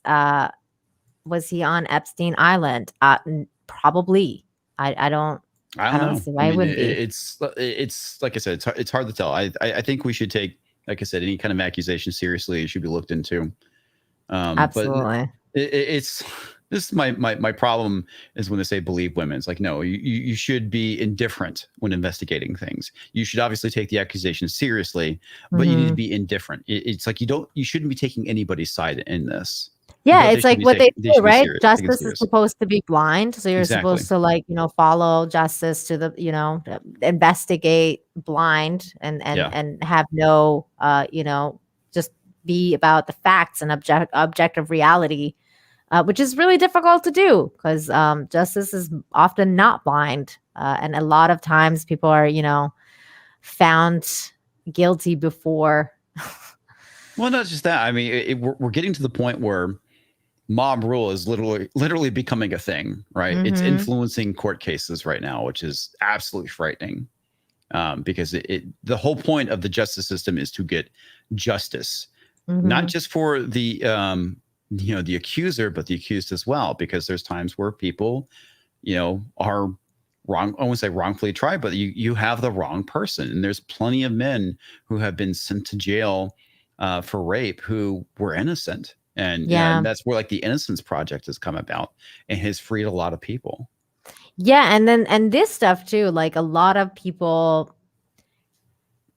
women, unfortunately, it's like they get into these weird situations and then they agree and then they forget that they agreed and then, or something there's that, but there's also times where, and this is the whole thing with Title IX. This is the danger of Title IX, is that you could be, at a party, you can hook up with somebody, you can instantly regret it the next day, and therefore, and that's and rather than take again responsibility for what you did, you just say, well, he raped me. It was date rape. Well, and that's why, like, so many dudes now have like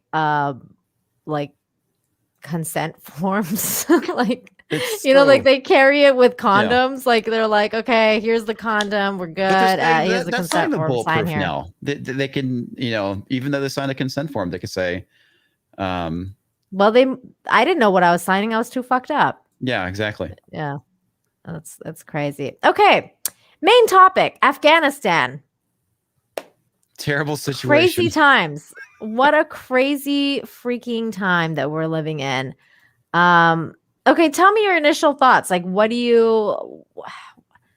obviously the images and all the videos that we've been seeing of the people hanging on to the planes and all that kind of crap it's really crazy, right? I think Trump had a plan. We were supposed to be out by May of this year. And for whatever reason, the Biden administration decided to extend it to 9/11 so they could have this symbolic thing. I wouldn't call it a victory. Closing the circle, I guess. I don't know. And that's what, I guess, caused this whole thing to go sideways. Now, here's the thing. If he actually stuck to the plan, got out in May, and everything fell apart, you could hands down blame Trump because it was his plan. But because Biden altered the agreement, and I guess the Taliban were like, screw it, we're just going to do whatever. It's his fault. It's his administration's fault. They completely screwed the pooch. Yeah, you can say that again. I mean, me personally, like I said, like I was very liberal when I was, younger, and I was very against the war, especially like, going into Iraq and Afghanistan. I'm definitely not a fan of you guys being there. There's definitely very horrendous things that have happened and come from that war. Today I saw a headline that really caught my eye, and one of them was this one here that said, "Killing for the sake of killing. Disillusioned U.S. drone pilot leaked footage of airstrike against unarmed Afghans."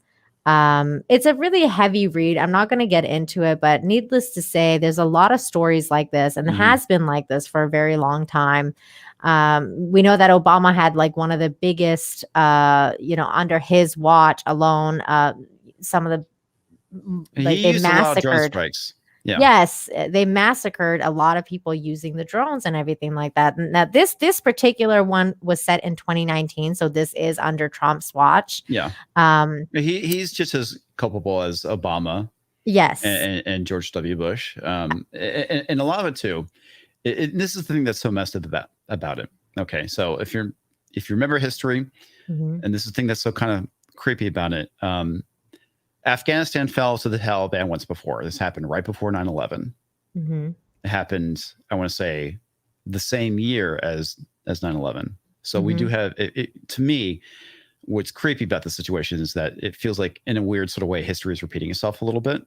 Not only that, we've been in Afghanistan for 20 years. So we literally have children that were born not under the Taliban that have grown up and are now, adults that are having to deal with the situation. And we should not have gone in there to begin with. Nation building is such a bad idea. I said this years ago, specifically about Iraq. You can't force freedom on people that don't want it. It's the same thing with democracy. Tell me about it. Look at those people in Calgary. They're protesting the mask thing. Yeah. Yeah. So it's like we definitely screwed up on getting out of there. We're a joke right now. America is basically this huge freaking joke because of the botched execution of the withdrawal from Afghanistan. We still have American citizens that are stuck there. I mean, literally overnight, the military was pulled out, leaving everything. I know that there was stuff that was there for the Afghan army that is now in the Taliban hands. I mean, legit things that they did not have before, like helicopters, aircraft, drones, firearms, stuff like that. I mean, it's like we basically handed them a huge war chest and modernized a bunch of dudes in robes with AK-47s. Yeah, they made fun of you guys. Yeah. They literally like made fun of the entire situation themselves. They were like, rightfully so. Yeah, honestly. I mean, they trolled everybody. At least they got a sense of humor. They're not like ISIS. Well, the funny thing about it is that, I mean, it's like, did you hear about the whole thing about, I won't say them joking about diversity inclusion, but it's like, these people aren't stupid. They know what we're saying. They know what's going on in America. Yes. And they know what buttons to push as far as mocking us. I mean, they're holding up like a anti-racist baby because all that shit was like left there. So all that diversity inclusion training nonsense was left there, and they're basically mocking us as a result. I mean, and rightfully so, because we're a fucking joke right now. Well, the interesting thing is like the minute that it's exactly that. But the minute I saw that commercial, your military commercial, like the new one, I was like, you guys are fucked. Like in Afghanistan, like they're laughing at you. Oh, yeah. This is something that like is definitely will make the enemies of America, which I grew up in that country. They're gonna get emboldened. They're gonna be like, we can do whatever the F we want. And when that commercial dropped, I even said to my husband, I was like, I think like something crazy might happen in the Middle East soon. Like, they might win in Kabul and everything like that because of this, because it's so crazy. They'll be like, the Americans really, they can't do anything, but above all that, I mean, I feel bad for these people that have grown up, free of the Taliban, maybe a little bit more liberal than, they were previously 20 years ago. And suddenly they're faced with this, oppressive regime showing up and changing everything. I can't blame people who are wanting to get out of there. I feel bad for the Afghani people. And it is absolutely terrifying to think that people are so desperate, they're willing to cling to an aircraft, risking death, getting out of that country. They know that one way or another, they would rather take their chances hanging onto a plane than deal with the Taliban. Nobody wants to see this. Absolutely frightening. Yeah, nobody wants to deal with stuff like this. This is terrifying. Is a good reminder that we are not oppressed in this country. If you are walking around saying that you are oppressed, this is your reminder of how not oppressed you are. I 100% agree with you. Yeah, we have problems in this country, just like any other country, but oh my God, you are not fucking oppressed. That's exactly how I feel every time I see women being like in the West, like, oh, we're so oppressed and like the male gaze and we're not getting paid enough and like the equal That's pay all and lies too. I know it's all bullshit. Women just, they're just like they just have such a shitty end of the stick in the West, like when it comes to like the equality between men and women. And then you see shit that's going on in Afghanistan with the women, and then you're like, ladies, get some perspective here, because not only that, it's like legitimately men and women are different. Yes, they are. Biologically, yeah. Our brains are completely different. I mean, there's this is something I don't think is taught anymore in school, called sexual dimorphism. Mm-hmm. It also exists in the brain. Mm-hmm. And the other thing too that I always had to point out to people complaining about equal pay, it's like we legit have something called the Equal Pay Act. You cannot discriminate against women on the basis actually of pay. Have an act on it? Yeah.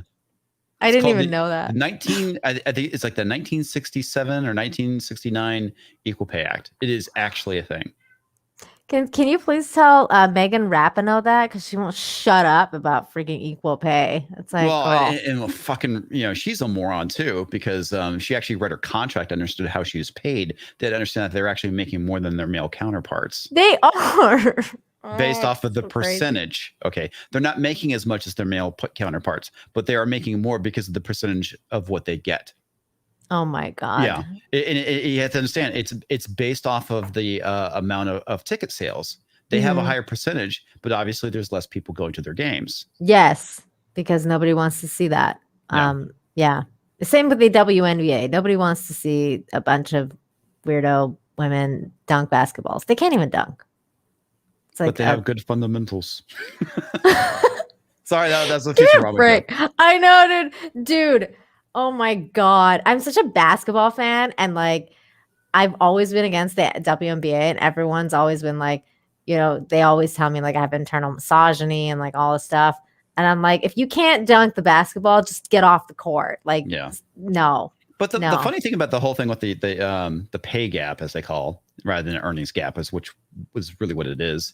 Mm-hmm. If women were actually making 76 cents to a dollar by men, companies would just hire more women.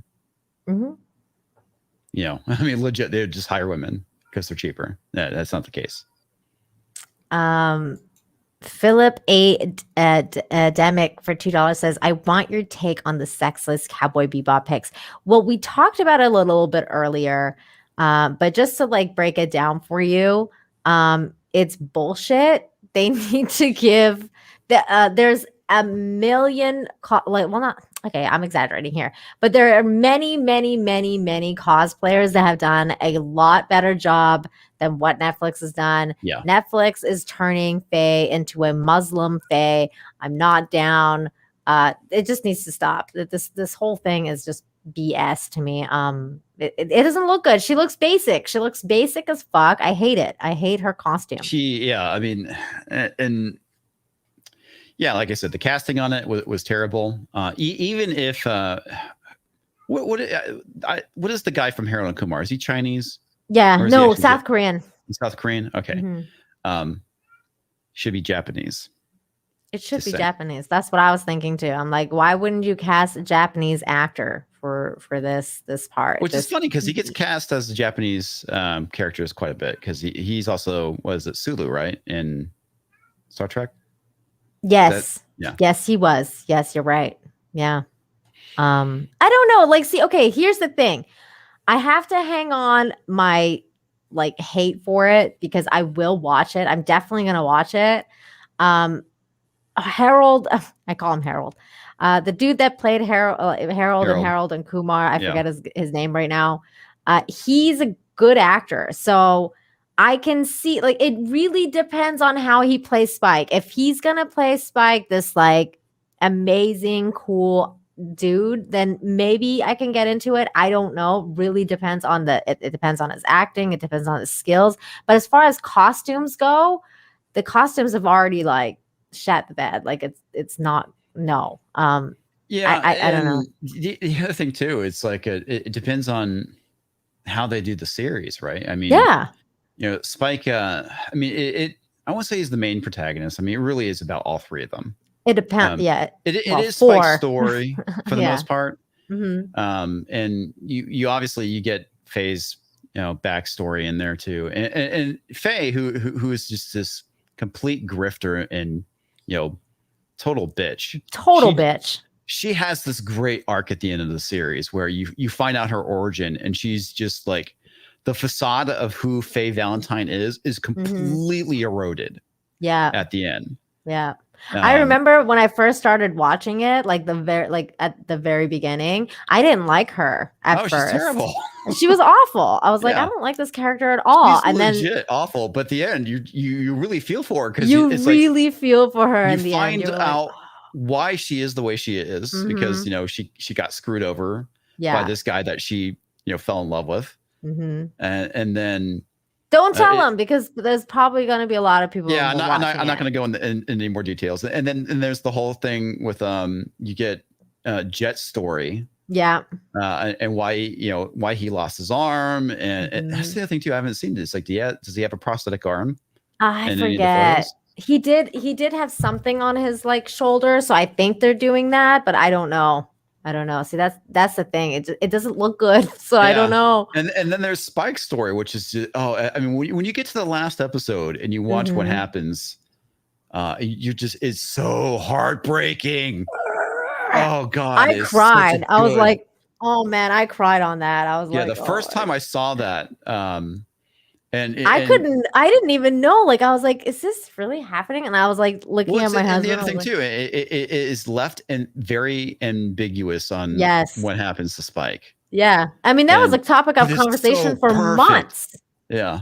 In our house. We were like, like what happened? What are the theories? Like, what do you think happened? What do I, like it was just one of those conversations that like so many anime fans have had, and we still had like a lot of people debate about it to this day about what the ending meant. Yeah, but it's a perfect example of modern noir. I mean, it's such a good story, and the music, so heartbreaking with how it ends. I mean, oh God, and the music and everything. Okay, here's my advice to everybody: if you're gonna watch Cowboy Bebop and if you've never seen it, please, for the love of God, watch the anime. Do not go into live action and like Netflix version, not having watched the original anime. It'll be a crime against humanity. It is such a good story too. 200 Watt Studios, thank you so much for the $5. Says, talk about the Black Plantation owner in the interview with the Vampire remake. Oh my God. Did you hear about this? Yeah, I did. I completely forgot Louis was a plantation owner. Yeah. But you're right. He is now a pimp. Yeah. I saw that and I was like, oh my God. It's like, no, this does not make any sense at all. It's okay. Here's the thing. I love the interview with the vampire books. Like I like the movie. Like, don't get me wrong. But even the movie, like the first movie, wasn't as good as the book. The book was really good. Well, part of it is like the casting's weird, right? Because I don't like the way Brad Pitt portrays Louis. I mean. Brad Pitt's weird. I mean, it was Brad Pitt, so I was like, yeah. Well, they cast him because he's hot, but the weird thing is like he is great at these really strange roles. Like if you've seen him in California, he's great in that. Oh yes, the one is that the one with Julia Roberts? I don't think it's Julia Roberts. It's the actress who played Ensign Rowe in Star Trek Next Gen. She's in it. He plays like this oaky character. What is this and it's called California, but it's spelled with a K. Oh, okay. And he's like this. I don't know if I don't remember. It's been a while since I saw it. I saw it in the theater. But he's like the serial killer or this kind of like crazy guy. I've never watched this movie but he's like an Okie. And then you see him like, yes, in 12 Monkeys, he's great in that. Oh, 12 Monkeys is so good. He's great in Snatch, where he plays the pikey. Snatch, amazing. I mean, he's amazing in these really weird roles. But Seven, he was really good too. He was great in Seven. But when you put him in these like generic, handsome, pretty boy roles, he sucks as an actor. I agree. Like Legends of the Fall, I hate him in that. He's just there to look pretty. It was the same thing. Mr. and Mrs. Smith, like that was terrible. Yeah, I didn't see that one, but good. Yeah, Don't. It was Legends of the Fall. He's just there to look pretty. Same thing with Interview with the Vampire. But fuck, I mean, look at him, man. He looks, all wow. I've never even heard of this movie. This is good. I'm gonna watch this. It's great. It is absolutely great. I definitely have to watch this one. This is going on the list. Thank you, Comics Division. People think I'm a vampire, by the way. I don't know. I think it's because I'm so pale. But yeah, so honestly, it's been such a fun night hanging out with you tonight. Thank you so much for hanging out with me. We've already been going for 2 hours. I could go for another 2.5 hours. So I don't know if you've got to go. No, I don't have anything going on. So if you don't? Okay, great. Then we can talk about this before we leave. We can talk about where Kamala Harris has been, because everyone's been wondering, where the hell is Kamala Harris? And apparently Kamala Harris is in Vietnam, and she went to the site marking capture of the enemy pilot John McCain, seemingly thinking it's a memorial. But it wasn't, you guys. It wasn't a memorial at all. It was a site of where they captured John McCain, and it was a celebration site because they were happy about it. Yeah. This is the video. Oh my God. This is so funny. Oh God. This is just so like, is she for real? No, she's not for real. Like, no one told her, like, she doesn't have a team. This is ridiculous. I think it shows you how messed up the Biden administration truly is. Did you hear about how The View, when they basically said that there was this poll that she's like probably the least liked vice president? Yes, I saw that. Yeah. What they blamed it on? Sexism and racism. It's not the fact that, yeah. This is the problem with this nonsense. No one's going to take this shit serious if your defense automatically goes to race and gender. Yeah. Okay. You are a fucking clown. Are you hearing it? Very lightly. Why is it so low? Yeah.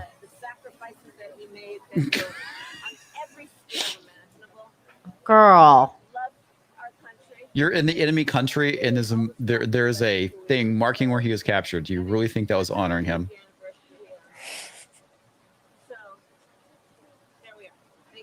There we are. You're a fucking moron. Oh my God.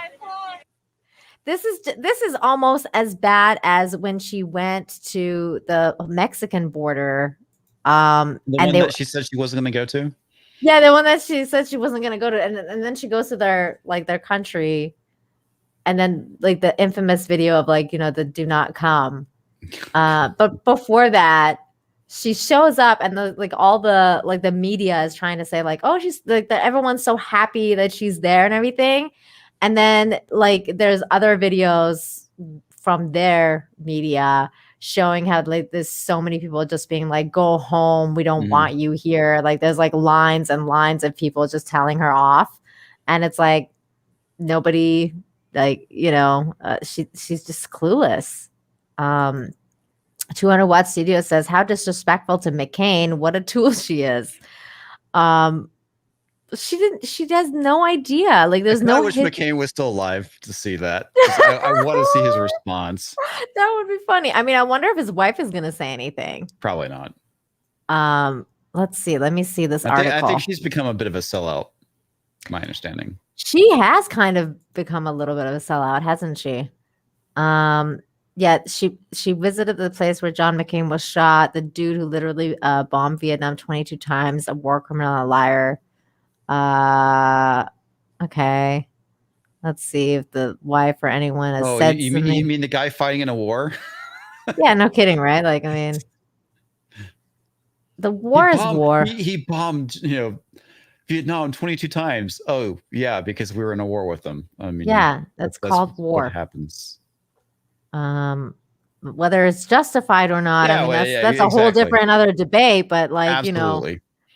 I was wondering why Vietnamese people would build a memorial for a former enemy. Thanks for the info. Oh,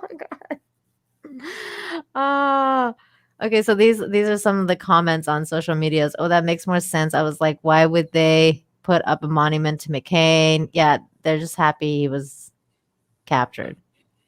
Yeah. Okay, so his wife didn't say anything. It was a bit of an insult, you think about it, because obviously Vietnam, and then he was a foreign combatant and a politician, so it's a bit of an FU. It's definitely an FU. I mean, it's so like lacking in any self-awareness, like whatsoever. It's just it's such a bizarre thing for a vice president to not know something like that. Like I don't know. You would think that it's just like what you said. It's very respectful of their team, and like the Biden administration in general is like literally they don't know what the hell they're doing. I think that a lot of them too are like on Team Biden in general. Because Biden needs to he needs to have his diaper changed. He needs to have his medication given to him all the time. And like, all sorts of stuff that they're keeping up with Biden, that they're like, they have to leave Kamala to her own devices to some extent, and that's just not turning out well at all. I think that's what's also going on because, man, Biden, I swear, so half of the stuff I see with Biden, I feel now like it's like, elder abuse. I'm like, dude, this guy really needs to be in a home. Like, this is elder mean. Abuse presidential edition. I know, right? Like, it's just like it feels bad. Like, I'm like, and sometimes I make fun of him. I'm like, I feel like I shouldn't be making fun of him, like, because he's so old. Well, like, the thing that's messed up about it is that how did this man become president? I mean, legitimately, would you like Trump or not? How did the Democrats get him as the number one pick? Okay. And on he's more popular than Obama. Please. That's what they say. Nobody's buying that. Nobody's buying that shit. Yeah. My theory, Comix, my theory, by the way, is that Obama is still in charge. I feel like this is the actual Obama administration still. It's just that the face has changed because he couldn't run for president the third time. So I think I think he's in charge. I think he's like actually telling what the administration to do because I don't think Biden's telling them anything. I don't think anyone's in charge. The thing that is, like I said, whether you like Trump or not, how can you, it's like going into it, last election, it's like you could tell that Biden was not home. Okay. It's like you were legit voting for somebody that is senile. And my wife voted for Biden and, she was, again, very anti-Trump. And it's like, you see that he's not there, right? You see that the guy is not home. But again, what did she say? Was she was like, well, we just need Trump out? Was that her reason? No, I think it's the fact that, a lot of people that are like, that hated Trump so much is that I don't think willingly overlooked what was going on with Biden. I think that if you passively pay attention to the media and you don't see what's going on with him, the fact that they kept the guy in the basement, he was hiding during his entire campaign. They wheeled him out occasionally for thing. They made him look good. He was hiding out now with the whole Afghanistan thing. He was nowhere to be found for a few weeks, days. I think it's getting a little bit more difficult to obfuscate that. But during the election, I think it was very easy to pull the wool over certain people's eyes. But it is clear that dude is not home. If you paid attention to anything that dude has said during the election, I agree. And not only that, it's like, did you see the interview he was given? And I think it was NPR basically asked him a question. He's like, that wasn't on the list. Yes, I saw that. It's like, oh my God. But he's been doing only like answering only list like questions on the list for forever. Like since this whole thing started. But it's more apparent. But it's like the guy legit cannot answer a question that is not already been pre-scripted. No, he gets like all flustered. He's like you see it in his face, and he gets all fucked up when somebody does do that. And it's like this is something the Republicans don't like talking about. Reagan was senile, especially during his last term. Mm-hmm. That dude wasn't there either. When it came out years later that he had dementia, and we were all like, no shit. Really? Yeah. Yeah, I mean, this is okay. Well, let me ask you this, because I feel like right now, like we're seeing something kind of unprecedented as well, like in a sense that I see the leftist media is turning on Biden. Like they're like, oh man, it's going to be the Afghanistan thing. Yeah, they're turning on him because of the Afghanistan thing. I mean, I've seen some of the stuff that's coming out, and I'm like, ooh, like you would never like CNN, like oh man, the mainstream media they love their wars. That was the thing that they said during Trump, is that when he did that rocket attack in Syria, it's like, is Trump being presidential? It's like they've gotten so used to the last 20 years of us going and bombing the shit out of brown people that or like when Trump killed what's his name, the Iranian dude, the general, the general, I think it's Soleimani, and well, he couldn't stop talking about it in his campaign. That's like the 2 points he kept talking about, but like I remember they were so happy when he did that. They were like, I mean, it's a war machine. How bloodthirsty they are, but 20 years of war, I guess, has made them a lot of money. Yeah, no kidding, right? I mean, all that fear mongering, right? It's the military industrial complex. I mean, it is what it is for a reason. But I feel like the other thing that I was thinking about is, and this is like, a little bit of my conspiracy theory mind, because I am very conspiracy theory oriented in some ways. Mind you, I call it conspiracy fact now, because it's only a theory until there's enough fact to prove your theory right. Oh, Jesus, tell me about it. So I feel like there's a reason that they're bringing the troops home now. Well, by home I mean to United States.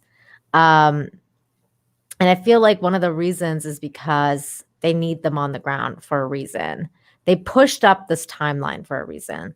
And I think that the more and more stuff is coming out about the Coof and everything like that, I think that it's just they needed them home. They needed them home, and I think that. Well, here's the thing, though. I mean, they could have had them home back in May, because that was the original timeline. Yeah, but why now, right? Like that's why everyone's asking why now? Why jump up this timeline? Why he wanted to have the withdrawal happen around 9/11.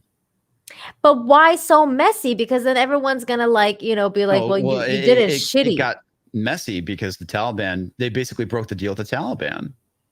That was the thing. The original agreement that Trump made was May. That was when the withdrawal was going to happen. But the Biden administration pushed it out to September, and so they were basically like, well, you broke the deal. Mm-hmm. Well, why did they break the deal then? That's what I'm saying. Like I said, he wanted to have some sort of like symbolic victory or symbolic closing the circle with 9/11. And that's it. Do you think that's his only reason? Well, not his, because we all know he's not in charge. I do. I don't think it's anything, more than that.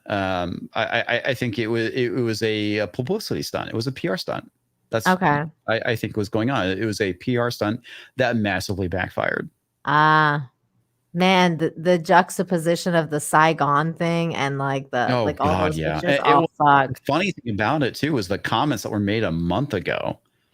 Oh, this is not going to be like Saigon, and then you see it's exactly like Saigon. It was exactly like that. I was watching the new Awaken with JP thing he posted like 4 days ago. He's hilarious. Oh God, I love Awaken with JP. He is a national treasure. Like that guy's literally, he's using humor the exact way you're supposed to use it to defeat this like weird totalitarian Satire shit. It's great at satire. He's perfect. And he was doing this thing about the whole Afghanistan thing. And he was like, you know, did you see that one where he's like showing the interview? Oh God, you got to watch it. It's so good. Cause he puts like the interview that he did in July where he's like, this is going to be nothing like Vietnam, and this is not going to be, and he's like, you know, it's like, actually, Mr. President, like, yeah, he's just like showing it. He's like, he was prophetic about it. He knew. It was just like the Razor Fist did a great video about it. It was pretty funny. Oh, really? I gotta check that out. I didn't see that one. Oh God. Oh my goodness. E. Clay, thank you so much for the $5. Says, did you see that French citizens are boycotting vaccine passports? Yes, I did. Good. By eating in front of the vax-only bars, restaurants. Yes, I did. Vive la France. I agree. Dude, I've also seen, crazy shit going on in Australia now. Yeah. They're finally getting out and protesting, thank God. I think the dog thing set a lot of people off. The dog thing? Did you hear about the dog thing? Okay, so they killed a bunch of dogs. Because like a whole bunch of dogs, they killed them not because they thought that they had the Coof, but because they didn't want the people to leave their homes to come pick them up. They were at this like center, an adoption center, and they killed a whole bunch of dogs, and because they didn't want people to break curfew and break the quarantine mandate to come and pick up these dogs. That is terrible. I can't believe you didn't hear about that. No, I knew that they were protesting hard, but I didn't realize that's what kicked it off. I didn't hear about that. Yes, they killed a bunch of poor dogs. Before that, they were kind of protesting too, and then this thing happened, and then everyone was like, "What the fuck?" I saw the stuff, and it was crazy. And I know Quarter Black posted this, but basically, it was the news media from coming out of Australia talking about, you know, these people that were violating the quarantine. About the thing that's crazy is that the guy that was sick, there's he should never have left his house. And it's like, what? That is so bizarre. It's like, the dude was like being rude and not covering when he was coughing in the elevator. Yeah, are you talking about in the elevator, dude? Yeah, I saw that. The guy disappeared. Yeah. And they're still on the hunt for him now. They're like on a manhunt trying to find this one guy down. Did you see the other one where they're like, they went and took this one dude to a concentration camp?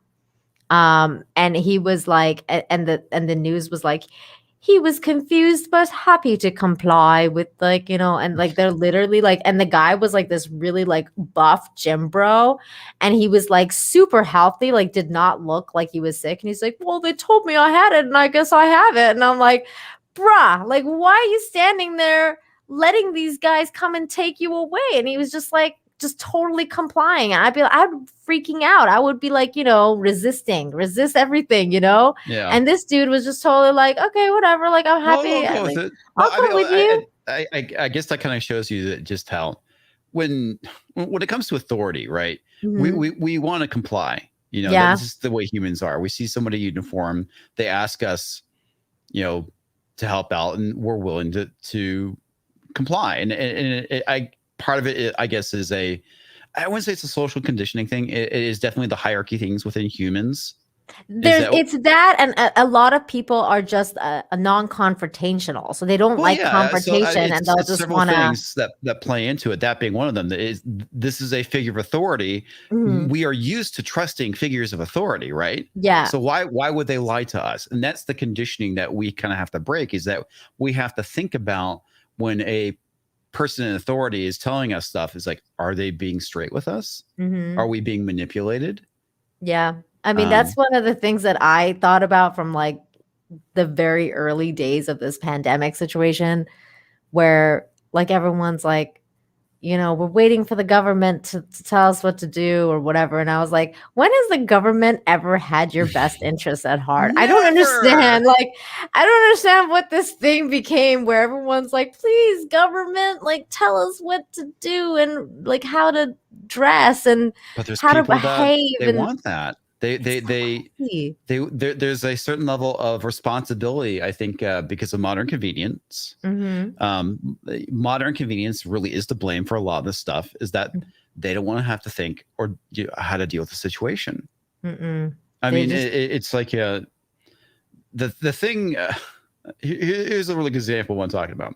Okay, so my flight back from Vegas, I was flying Frontier. Frontier is a shitty airline, by the way. Don't ever fly Frontier.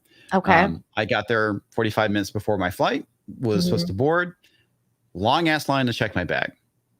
I'm like, okay, well, maybe this line will move fast. It is like 15 minutes before boarding. I know I'm going to lose my spot. And I had to make a decision. And somebody said, your bag might fit. And it's something I completely forgotten about too. It might fit in the overhead. I was like, shit. Okay. I have a choice to make. I can stay in this line and odds are I will miss my flight 100%. Or I can run all the way down to the gate and see if I can have my bag checked there, because that's something you can do. You can have your bag checked at the gate. At the gate, yeah. Completely forgotten about that. So I ran all the way down there and I got my bag checked. So I made my flight. Yay. But the thing is, a lot of people would probably just go, I'm going to stay in line. Yeah. Because that's what I'm supposed to do. Yeah, that's true. It's like people they just don't think outside the box a lot of times. Like they're just conditioned to think a certain way, and then they do. But you kind of have to weigh your risks, right? It's like either which way, I'm going to miss the flight. I can run all the way to the gate and risk getting on the flight at this point. And if I get turned away, I get turned away. I already know that if I stay in this line, I'm missing my flight. Yeah, 100%. I think a lot of people go, nope, this is what I'm supposed to do. That reminds me of when the last time I was flying, when I went to Europe, like many years ago.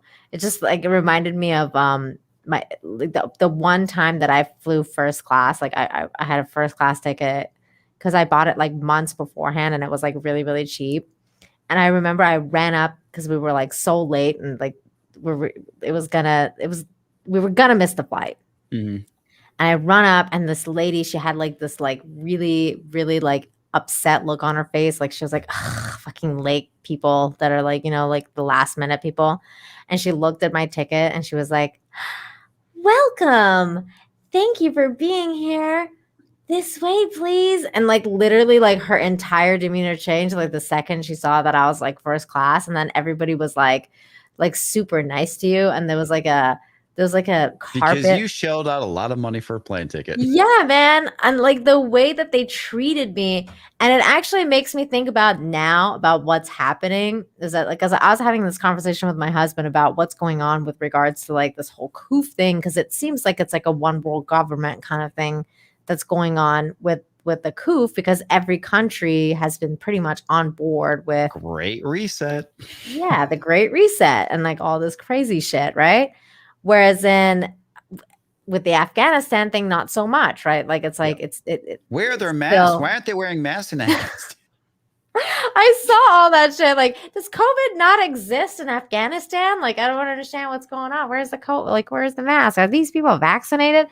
But what I'm saying though is like, I feel like this whole thing it's at the end of the day, it's like as if they want to make it the one world government is going to become the elite versus the rest of us. Like that's basically that's how it looks, right? Yeah. Like it's like the elite of every government versus, or like, country, whatever you want to call it, versus the plebs and the peons and whatever they think of us. Cause that's how it seems to me. What do you think of this whole, that idea of the Great Reset and everything like that? Well, I think it's terrible. It sucks. Yeah, well, but I think you're right. Okay, it really is the elites versus the rest of us. And I know there's a lot of conspiracy theories about the Coof. I think it's just an opportunity. People, it's pick up Klaus Schwab's book, COVID-19: The Great Reset. He lays everything out in the book. What is this book called? COVID-19 and the Great Resets by Klaus Schwab. I can send you a link to it. But okay. Yeah, I mean, it's on Amazon. He lays everything out. He is the architect of the Great Reset. He's also one of the co-founders of the World Economic Forum. This is something that Klaus Schwab is very much for. Mm-hmm. And what a dick. I mean, sounds very informative. Yeah, well, it is. Yeah, this is what he's trying to achieve, and I'll send to you on Twitter. That way, when we leave StreamYards, you won't lose it. Okay, great. There you go. But ultimately, the goal is to use climate change. And one of the things, they're going to transfer, because he even says it. There's several articles, several quotes of him saying, we have a small opportunity using COVID. Mm-hmm. And, but it originally is supposed to be about climate change. Expect climate change lockdowns. We're going to see escalation in the language around climate change.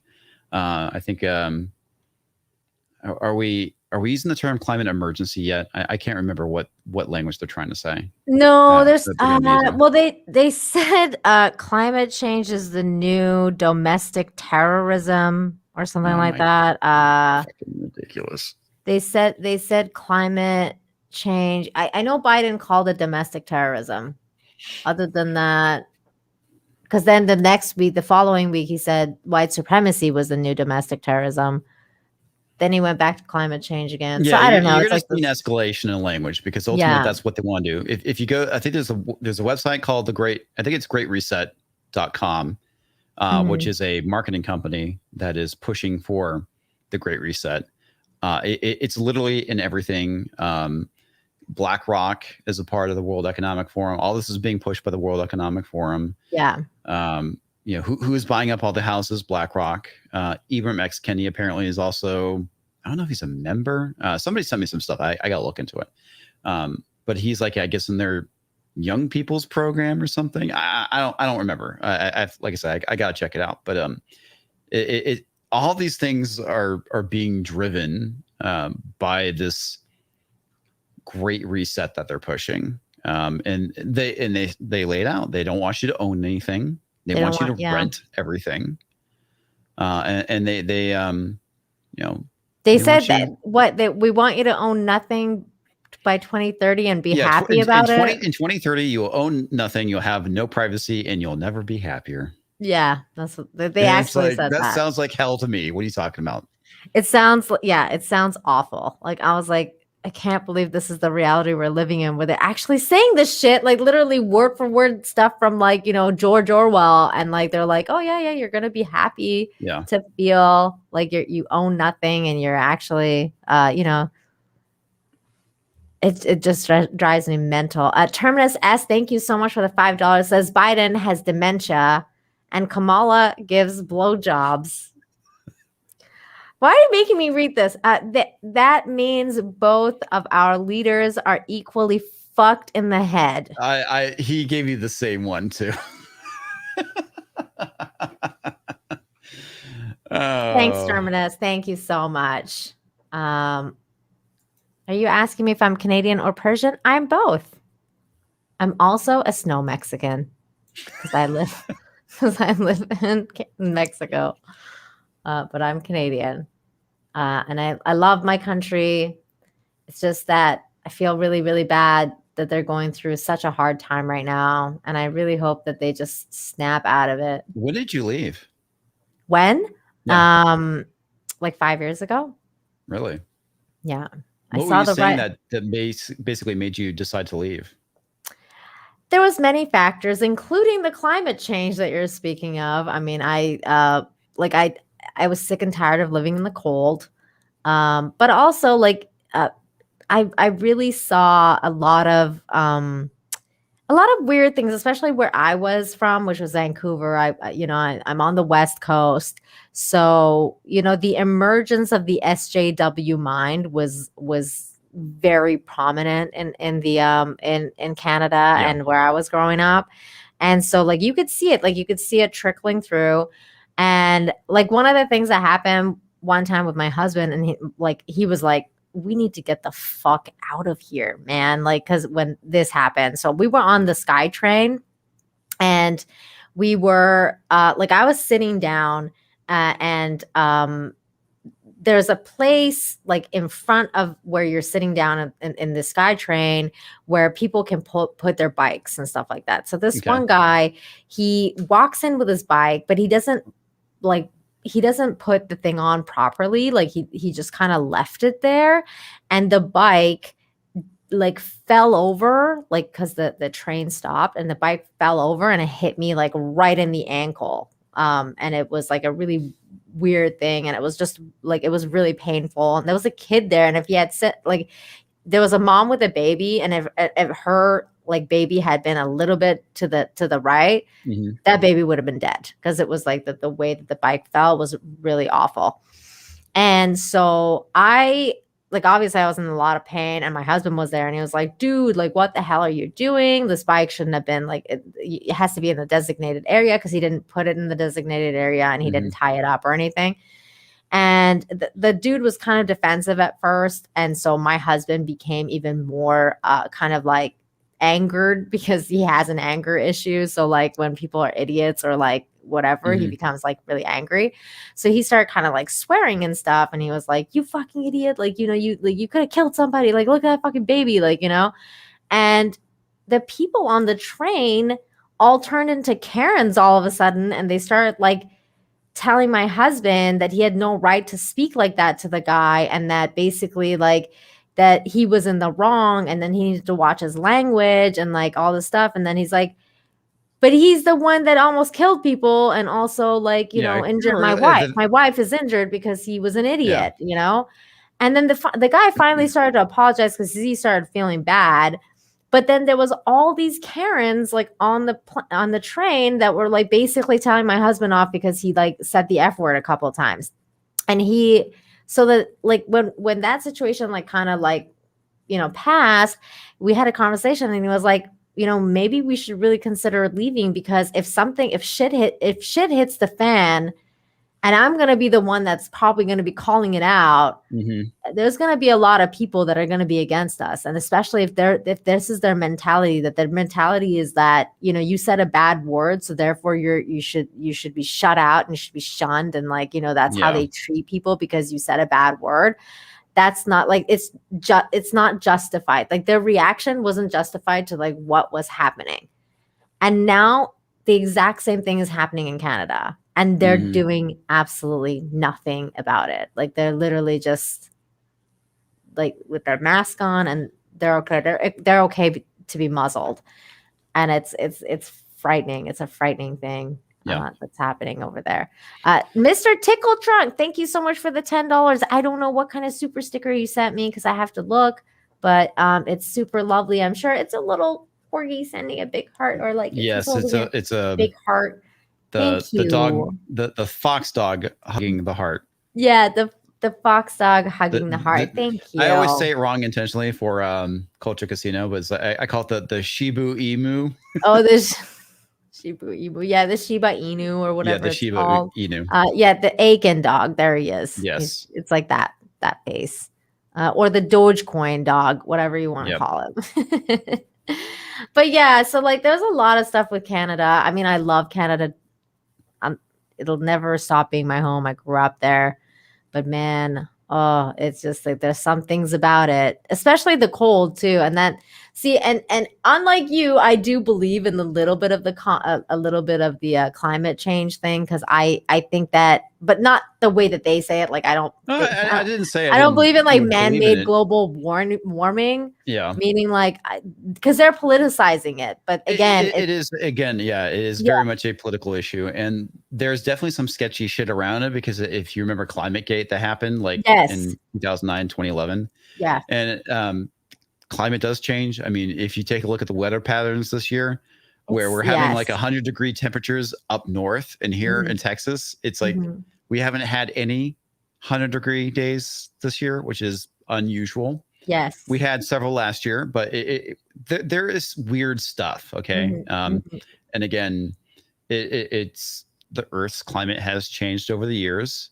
And it will continue to do so because it's cyclical. And that's the thing that I was going to tell you. If you're interested in reading a book about that, there's one called The Cosmic Winter by Victor Klube. And it talks about why basically the earth changes it has everything to do with, as above, so below. So anything that happens above us in terms of like the planetary cycles and everything like that affects our earth and our gravity and our tides and everything. That's the thing that's interesting about it is that there's a lot of factors, but they always say, oh, it's the CO2 levels. It's like, so you're telling me low CO2 levels caused the little ice age? Yeah. It's like, come on, that's ridiculous. That's BS. Yeah, that's bullshit. But check that book out. So like when I was reading that book, and I found out about the ice age and how we may be going through a cycle of an ice age and that's starting to come around and blah blah blah. I was like, living in a place that's above the equator, like in Canada, during an ice age is not something I wanted to do. It is definitely not ideal. So I was like, I need to move somewhere warm, especially where I can see the sun. I'm sick and tired of like living in Vancouver where it's like literally raining and gray 360 days a year. So my husband and I came to Cancun for vacation, and then we fell in love. We were like, you know what? Let's just move here. He wanted to go to China. Oh no. I know. Cause we were like, well, what should we do? And we went and got our certificate, like teaching English certificates. We went and did that. And then the company that we went and got it for, we're like, we guarantee you jobs in China and like all sorts of places. And he actually got several job offers from China that were very good job offers. And I was like, I'm not going to fucking China. Like, there's no way in hell that I'm moving to China, like communist China, where like there's no female rights and like all that kind of shit. Like social credit score. Social. No, yeah, I was like, no, it's not happening. And also, like my mom, like I'm a single child with a single mom. I grew up with her. And I was like, if I'm going to move to any country, it still has to be like near Canada. So I was like, why not Mexico? I mean, it's still in North America. Like we still like, you can drive it, like, by land. And he was like, hey, that's not a bad idea. Let's check out Mexico. And we did. And we fell in love. And Mexico is a great country. I love Mexico. There's a lot of it that is flawed, like a lot of places in the world. Right. And there's no denying that. There's a lot of corruption. There's a lot of fucked up shit. And some stuff is definitely like a culture shock. But deep down inside, the Mexican people are beautiful people. They have amazing souls, and a lot of them know their government's fucked up. So it's okay. It worked for us, for us. And I truly do. I truly do love Mexico. So I'm glad that we never moved to China. All I gotta say, if you're gonna live someplace, make sure you live in a place that has gun rights. Yeah, no kidding, right? And which Mexico, they do have gun rights here, and it's a good thing. Why they have China? Man, they offered a lot of money there, man. I'm telling you, like they sweeten that honey pot when they want you to come work there. No, I'm sure they do because they really want to learn English. Yes. Yeah, because they want to take over the world. That's true. The weird thing was with the JP thing that I was watching that video. China. Yeah. China. The weird the weird part was that like in that video, he was talking about how China apparently wants to go into Afghanistan now because they want to mine like metal, rare metals or something. Yeah, rare. And he minerals. was saying, so he was saying that like he was correlating it with the exit, saying that like insinuating that Biden was taking orders from China, and that's why he was pulling out the troops because they wanted to go in. And I don't know about that. I mean, that thing was already in place. It was. Yeah. I wouldn't put any stock in that, but yeah, they definitely want to go in there and. They're definitely going to be buddy with the Taliban. I mean, they're already doing it. Yeah, they are going to be buddy with what? Oh my God, I've always talked like Trump. What, you guys have never heard me talk like Trump? Hold on. Here we go. Hold on. I used to do this with John all the time. Let me get my. It's gonna be great. I talk like Trump all the time. I say China. That's why I have to have the picture. It's great. See? There you go. It's great. Nina's fantastic. One of the best YouTubers I ever encountered. She's fantastic and wonderful. It's great. I highly recommend her. Thank you, Comix. That's amazing. Can you do that? And then like I'll record it and then pretend Trump actually said that about me. That'd be really funny. Well, technically it's already being recorded, but that's true. Terminus S, thank you so much for the $5. Says, you want to be nicer to us Mexicans, just say mucho more often. It means a lot to us. Okay, I'll do that.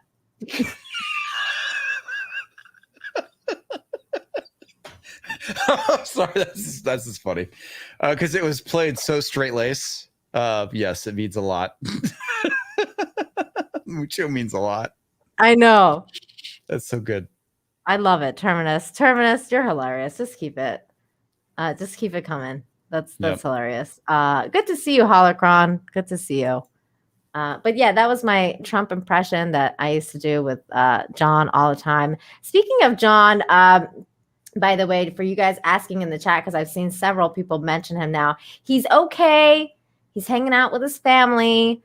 And it was his brother's birthday, so he's celebrating that, and he might be coming in to hang out with me next week. So we're gonna stay tuned, but he's doing okay, everybody. So don't worry about John. He's all good. But I appreciate the love for John in the chat. So there you go. And let's see here. I had something else I wanted to share with you. Where was it? Nope, went through this.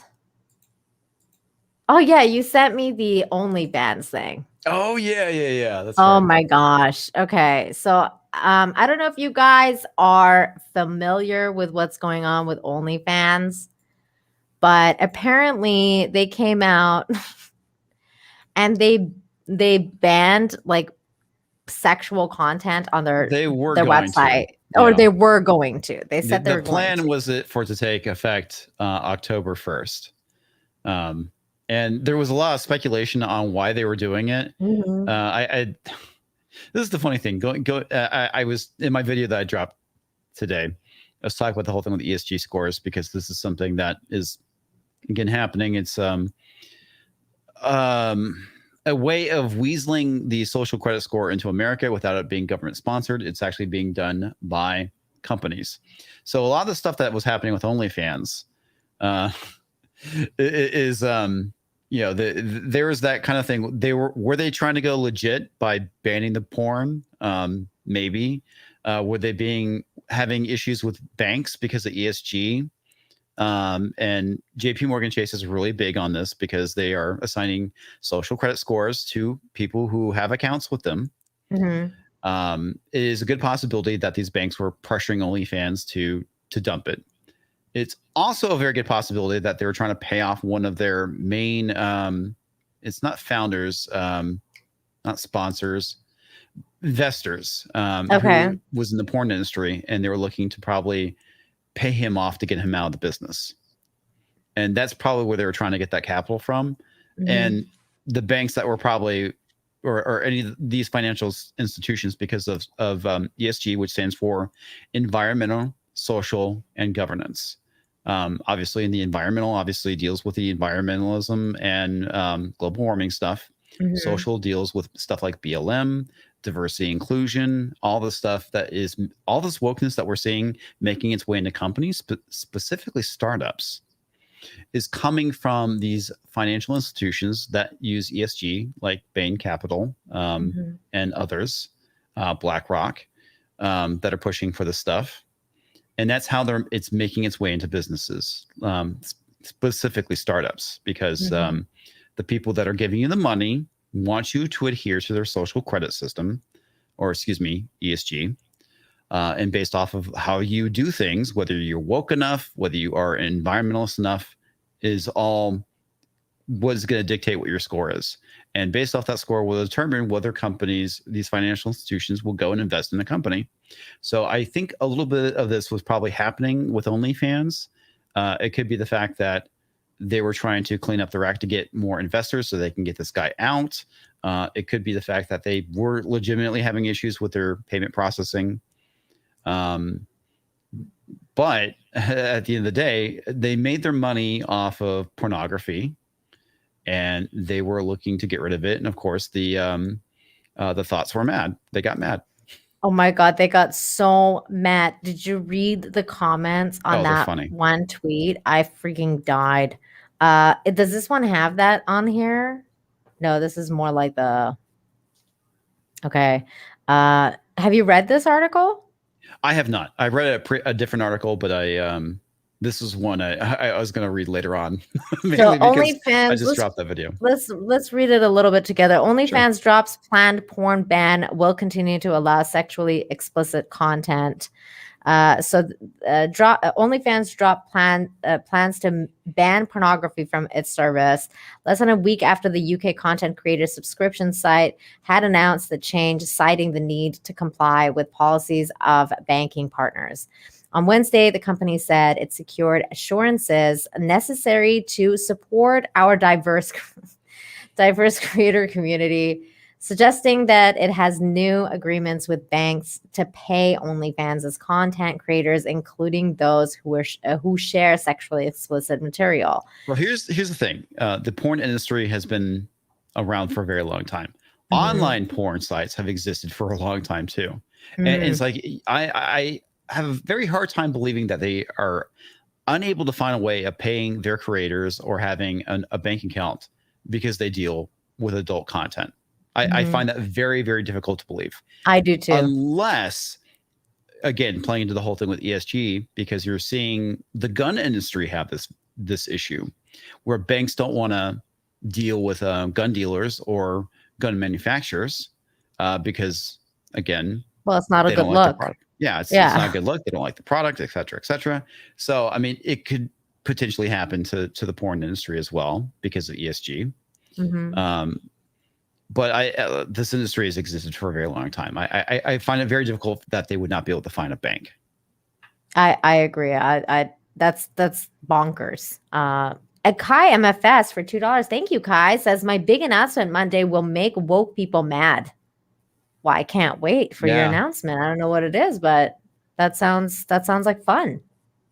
Are you going to make the announcement on your channel or Twitter or what's going on? Just put it in the chat. You don't have to super chat.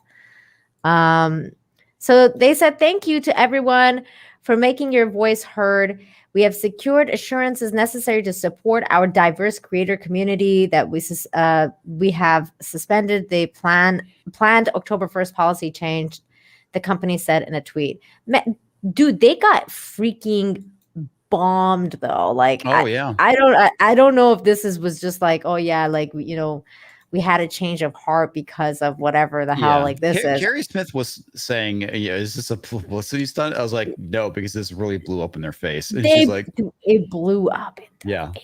And she's like, was that intentional? Like, phrasing. No, it was not. But no, that's funny. As much as I like making jokes about that, that one was not intentional. But yes, it legitimately blew up in their face. I mean, it backfired severely. It was, oh man, I couldn't believe they were so stupid. Like, who's running this shit show? The CEO. I don't remember his name. It's Tim something or other. OnlyFans stands for inclusion and will continue to provide a home for the creators. So this is, if you want to know what exactly happened. That inclusion language, again, goes into what I was talking about with the ESG scoring. 100%. All that diversity inclusion language is basically they are forced to say because of the financial institution that is investing into their company. That totally makes sense to me because that inclusion nonsense is such legal jargon now. Kai says going live in JM Buckler's Instagram at 4 p.m. Pacific and sharing all social medias. We're going to welcome a lot more people to the rebellion. Ooh, okay. Sounds cool, interesting. Kai. Can't wait for that. So this is what they tweeted. Got destroyed. OnlyFans community we would not be here without you today. The policy change was necessary to secure banking and payment service to support you. We are working around the clock to come up with a solution. Sex work is work. Hashtag sex work is work. Oh, and God. like off the bat, this sex worker. So instead of dropping Visa, MC, you like MasterCard, you chose to drop us, the people who built your platform. You never promoted us. Only random fitness instructors and celebrities. We brought the traffic, and you kicked us to the curb instead of standing up for us against the payment services. She ain't wrong. No, she's not. She is ain't spot wrong. On. Yeah, this is exactly what happened. And they got him fucked up. Emma here says, yep. And on top of the MasterCard made an official statement saying they did not ask for these policy changes. See, that's interesting. Ooh, that is very interesting. That's interesting, right? Like, because I read that and I was like, wait a minute. If they didn't ask for these policy changes, then what the hell are they talking about? Well, it like I said, it could be coming from JP Morgan Chase. Which it probably is. I don't know what this is about. Oh, OnlyFans turns into Spirit Halloween. Victoria May, you never once acknowledged we even existed. You've been trying to distance yourself from us. You don't support us. Those changes don't help us if we can't do our jobs on there, and took out money and then left us. But it's okay. We will make another company billions instead of you. Yeah. Good for you, Victoria. You go, girl. They fucked themselves by doing this. They did. Like, it's like, why would you do this? I mean, listen, I'm not a huge like OnlyFans fan, or like, I'm not a huge. I don't use the platform. Like, I don't give a shit whether it exists or not. Exactly. Like, it has like no difference for me, but like, I get like that people have made a living off of this website, and then it's like, and they've made a lot of people rich, using these people have made a lot of money for the owners of OnlyFans. No, they've made a lot of money too. I mean, it's they do. I was reading the article. I mean, they pay out like 300 million to like 1 million people on their platform. I mean, these women are making a disturbingly large amount of money. Yeah, it was like that one chick, the Cash Me Outside girl. Remember? Oh yeah. Cash Me Outside, like that girl. Yeah. She got she made like what? Like I think like $6 million or $1 million in 6 minutes, or was it the other way around? $6 million in 6 I don't know, but yeah, I remember that she went to OnlyFans or something like that, and yeah, that's insane. Like a millionaire in like 5 minutes. I was like, fuck, I went somewhere wrong with my life. Terminus says, thank you so much for the $2. Says only FAPs can't find a bank. What about a sperm bank? Well, the funny thing about it is like you have to think about, why is this company so successful? Mm-hmm. It's like, I don't know, why is it, Comix? Well, it's pretty apparent. There's a lot of lonely guys out there, right? I mean, which leads to, why are there a lot of lonely guys out there that can't find women? I don't know, but I don't think the Me Too movement helped. That's all I know. No, it didn't. But there's a lot of factors that play into it, and the one thing which is pretty funny is that I think, and again, on average, women don't want to date a broke-ass loser. That's true. And when we live in a society where we have pay equality, not that I think it's a bad thing, but the thing is, socially, culturally, women are attracted to power and status, and that's the reason there's a valid reason for that, and anthropologically speaking, because of protection. You want to be with the Stability. individual. Yeah, stability, to be able to provide for you, protect you, stuff like that. And like I said, these are very anthropological reasons why women are attracted to power and status with men. Mm-hmm. The issue is that when you have that imbalance now, when you have women making more money than men, as much as they like to say there's the pay gap, there are several studies that have shown that millennial women are making more money than men. Mm-hmm. But when you have a bunch of dudes staying home that are broke ass losers playing PlayStation all day, because they have no incentive to do anything, it leads to a lot of very lonely people, in my opinion. That I agree with you, but also like Philip here makes a good point. I think that the Coof did have a lot to do with it as well, especially for the past like year and a half. Well, the digital economy was very much boosted by the Coof. I mean, there's a lot. I mean, look at Amazon. Yeah. Amazon's been around for years. They had the best year of the history of the company because of the Coof, because everyone was ordering shit off of Amazon. Bozo was able to go to space because of that. Yeah. I mean, come on. In his dick rocket, yeah. Yeah, and his dick rocket. Freaking guy. But in general, though, like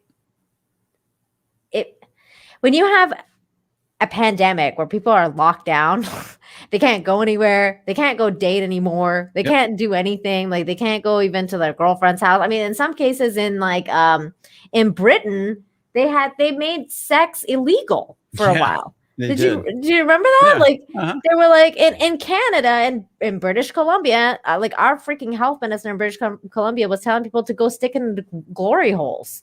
Because they literally came out and said, instead of having sex, we recommend you use glory holes and also to wear a mask while you're doing it and stuff.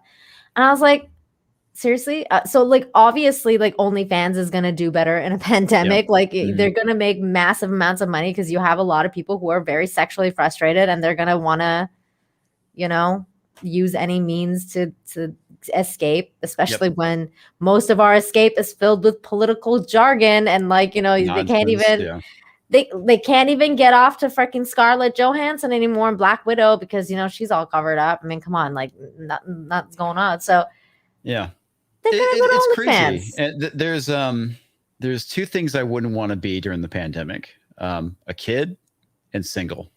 I know 100% what you just said. Like, I definitely wouldn't want to be a kid, and I definitely wouldn't want to be single. Like, how the hell are you supposed to date now? Like, I thank God every day I'm married. You're stuck in now. your apartment. Well, not just that. I mean, if you're single, even if you have a boyfriend or girlfriend, you guys could maybe move in together and have company, right?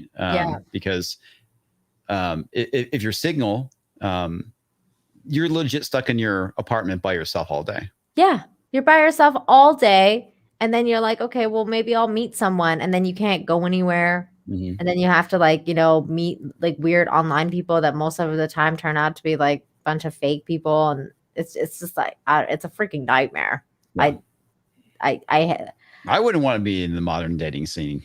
I definitely would not be in the modern dating scene. I tell my husband all the time, I'm like, if something happens to you and I become single because of, death do us part or whatever, I'm not doing it again. Like, I'll just die. I'll just die single because I'm not doing this again. Terminus S for $2.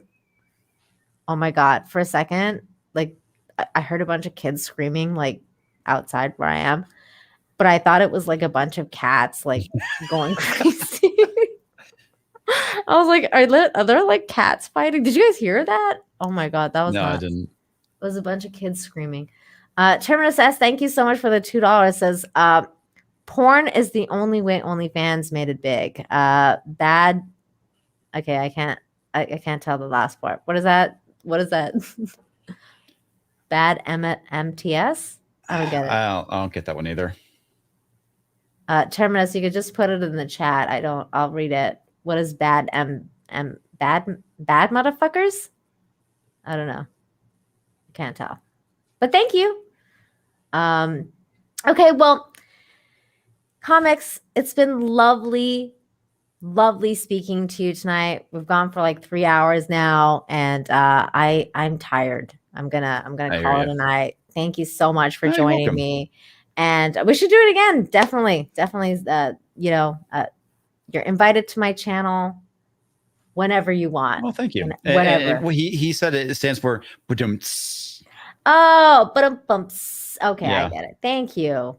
There it is. Yep. There it is. Thank you. Wait, what? Oh God. It's the rim shot. Yeah, no, it's he's actually not making a joke.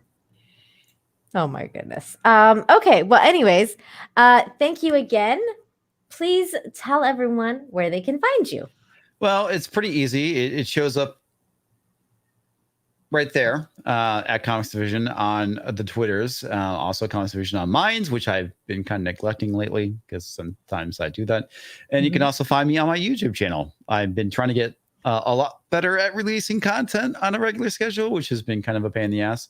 But I did release a video today talking about OnlyFans, oddly enough, and the whole thing with what happened. Of course, I dropped it on the day that they go and reverse everything. So immediately became a pointless video. That's crazy. I hate when that happens. Toxic Man Flew of Dick's Division. Thank you so much for $2. Says Comix is pretty smart. # Dick's Division. I got you guys fooled. I'm a dumbass. Oh my gosh. No, you're a smart cookie. You're a smart guy. That's why I wanted you on the show, because I knew you're a smart guy. No, thank you. You know, you have thoughts. That's good. Yeah, Critical good. thinking. Critical thinking is good. It is. I got Comics Division's Twitter and the YouTube link in the description down below. Please make sure you check him out. If you're not subscribed, I don't know what you're doing with your life. Also, you can find him Friday nights on this little small channel called Neurotic. Yeah. They do a show. It's very small. Gets like maybe 1 or Friday 2 views. Yeah. Just a few. It's just a little bit. And also you can find me on Unsafe Space, where I talk about the Great Reset. Yeah, and there with Carrie, which is super awesome. Yes, Carrie. I gotta get on there. Person. I gotta get on the Unsafe Space. She said she's gonna invite me, so yay. The John Beck, thank you so much for the $5. Says, what is a non-ESG bank? What? I don't know. Well, ESG, environmental social governance. Oh, I don't know. That's a good question. JP Morgan, I know, is big on it. A lot of the, like I said, the big financial institutions that invest in the companies. I don't know if all the banks are doing it. It's something that is being, adopted pretty wide. You could basically Google ESG and Google that financial institution, and you will find their page about it. Like BlackRock has a page talking about it. Vista Equity as well. There's many others that talk about it. He also says you are both great. Well, thank you very much. About the OnlyFans reversal, they sure freaked out more girls than anyone else in one move. That's true. I mean, those chicks were nuts. Like, I was like, holy shit. The amount of people, and it's just the other thing that was really funny to me is the way that they were describing themselves, like the sex workers and like this and that, like, and it was so legitimate. I was like, I think it's so funny because what it comes down to is that I know that they're trying to give more legitimacy to these things by calling it sex work, but they're pornographers. There's nothing wrong with it, but let's call this shit what it is. It's pornography, and they're pornographers. It's exactly that. It's pornography, or I would have called it prostitution in a way, because some of them are kind of like really prostituting themselves, but it's different because you're not there in person. So it's an online thing. So it's more like pornography. It's cute whenever my wife corrects me saying sex work whenever I say prostitution or prostitute. It's funny. That's what they're prostitutes. They are prostitutes. Don't. It's like, I understand. Like I said, I'm fine with it. I'm fine with it being legal. Hey, no judgment. No judgment. But they're prostitutes. Judgment. They are. Yeah. Porn is sex work. It is. It is. Or witch banks. What? Which banks? I don't know, man. Like I said, you'd have to Google and find out whether they have stuff about the ESG or not. Kai says prostitutes are on Snapchat. I guess. I've never used Snapchat, so I couldn't tell you. I mean, honestly, they're on Twitch too. Like there's a lot of weird shit that goes on Twitch that I'm like, ugh. And it's weird to me because it's for like much younger crowds. Like that's the stuff that really gets kind of muddy. Because I don't care when you're like, over 18 and you want to look at whatever, but when you have like a platform for like 13-year-olds and then you have like girls doing all sorts of weird shit and all sorts of people doing weird shit, it's, I don't know, I don't like it. It feels icky. Back to the whole sex work thing. It's there's a certain level of legitimacy that it needs to have, but it doesn't need to become mainstream legitimate, because we've seen what happened over the last 30 years when with good intentions, we're like, hey, this should be a good thing, like gay marriage. I'm totally for it. But look at what has spawned out of it as a result. I mean, we're just seeing more and more, I'm not saying that being gay is deviancy, because I don't think it is, but it has enabled other forms of deviancy.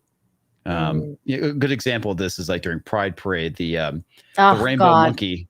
Yeah, it's stuff like that. And then people like saying, I want my kids to see. Yeah, I want my kids to see kink. And these are things that happen as a result of that.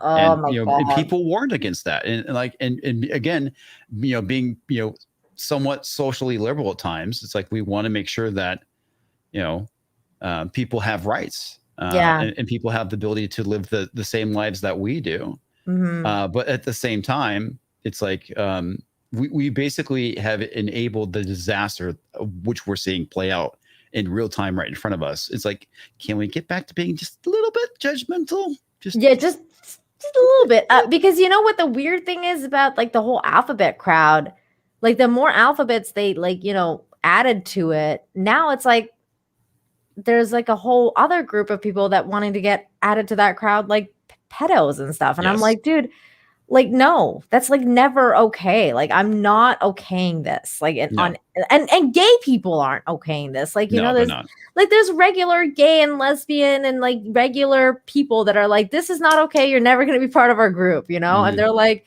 and then there's a certain level of crazies that are like, yes, they should be included because they're victims too. And it's like, it's absolute. Yeah. It stopped being about, a group of people fighting for their rights, and it just it's getting front loaded with a bunch of crap. It's like going back to the whole thing with the billion genders thing, emoji genders, Libra genders, all this actually stuff. Carrie and I, our first show was kind of like about that, especially with regards to like the gender identity problems and everything. And we talked about how it's a lot of it, like, because a lot of it reminded me of dissociative identity disorder and what, Martha Stout talks about, and basically the other word for multiple personality disorder, if you want to go that route. But, a lot of it has to do with those things and how we're like normalizing, that kind of thinking. A lot of it, which I kind of see, is these young people's way of rebelling against society. And it's like when I was their age, it's like, rebelling. It wasn't like a gender thing. It was like, you either got, punk rock or goth or got into the metal, or you're like, fuck the man. Now it's like, Yeah, now it's like fuck normalcy, and fuck normalcy. They've turned not only fuck normalcy, but fuck society. And the way society functions and works. I mean, it's like we are legitimately seeing the breakdown of culture in real time.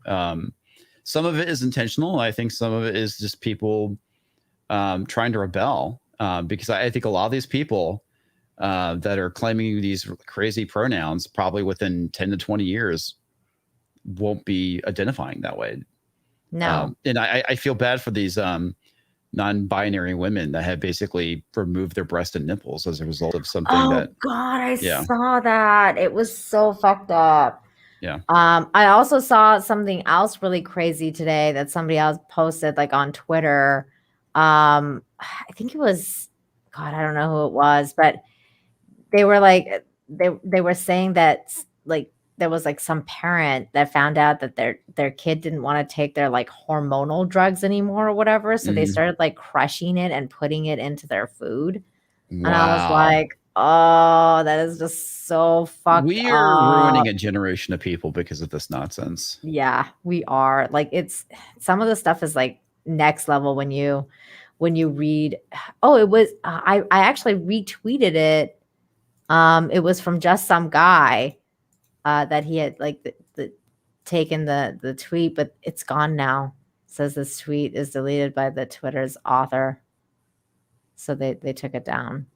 But that was fucked up because I was like, oh, this is so crazy. It was like, it was showing how some parent was doing, well, it had said some parents was doing that. Yeah. Which is crazy to me. That's just like, that's terrible. It's child abuse. I mean, there's nothing else you can say other than that. The John Beck, thank you so much for the $5, says, if a husband used the services of a sex worker, in quotes, the wife sure wouldn't call it sex work. No, it's hooking. Yeah, it is. It definitely is. 100%. That is 100% accurate. I'll have to use that with my wife next time. Yep. You should tell your wife this one. That's a good line. Yeah. I would like boy. I wish I was a fly on that wall when you say that to her, because I'd like to see her face. That's pretty funny. She'll probably be like, "You're sleeping on the couch tonight, Comix." But yeah, thank you guys all so very much for tuning in. Do you have anything going on like that you want to promote that you're doing? Like I said, tomorrow, Thursday Night Throwdown, since it's Thursday. I'm trying to squeeze in a review of episode 3 of What If. Okay. Like I said, it's not terrible, but it's not great either. Yeah, that's hey, it's better than it's fucking absolute shit. Oh god, it's it's light years better than the first 2 episodes, but okay, that's good. It's just one of those things where it's like,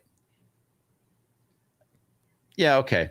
Well, I will be reviewing that on Sunday. Gay, so. Oh my god. Everybody's gay now. Everybody's gay. It's a fad. I want the 90s all over again. I know, right? It's totally like that. It's cyclical, man. Just like fashion.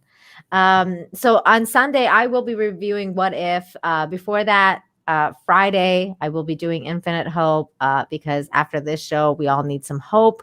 So come and check me out before Friday Night Tights at 3:45 Eastern. I will be doing that show. It'll be a fun show where we talk about good things and, try and rediscover our humanity and understand that there's good things going on out there. So yeah, again, thank you so much for joining me tonight, Comix. It was a definite pleasure to hang out with you. And we will see you guys all next time. Thank you, everybody, for hanging out. Please smash the like, share the stream, all that good stuff. And we'll see you next time. Bye, everybody. Let me find my outro. I can do this. Okay, here we go. Bye.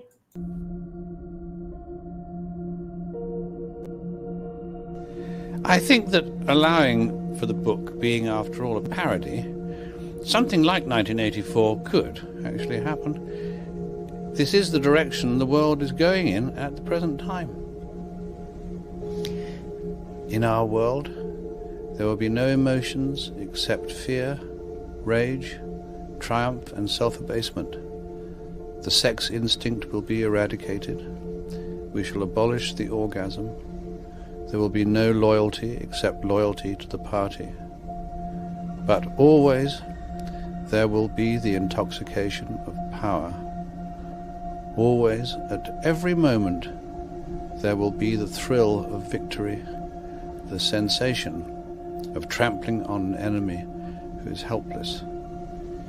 If you want a picture of the future, imagine a boot stamping on a human face forever. The moral to be drawn from this dangerous nightmare situation is a simple one. Don't let it happen. It depends on you.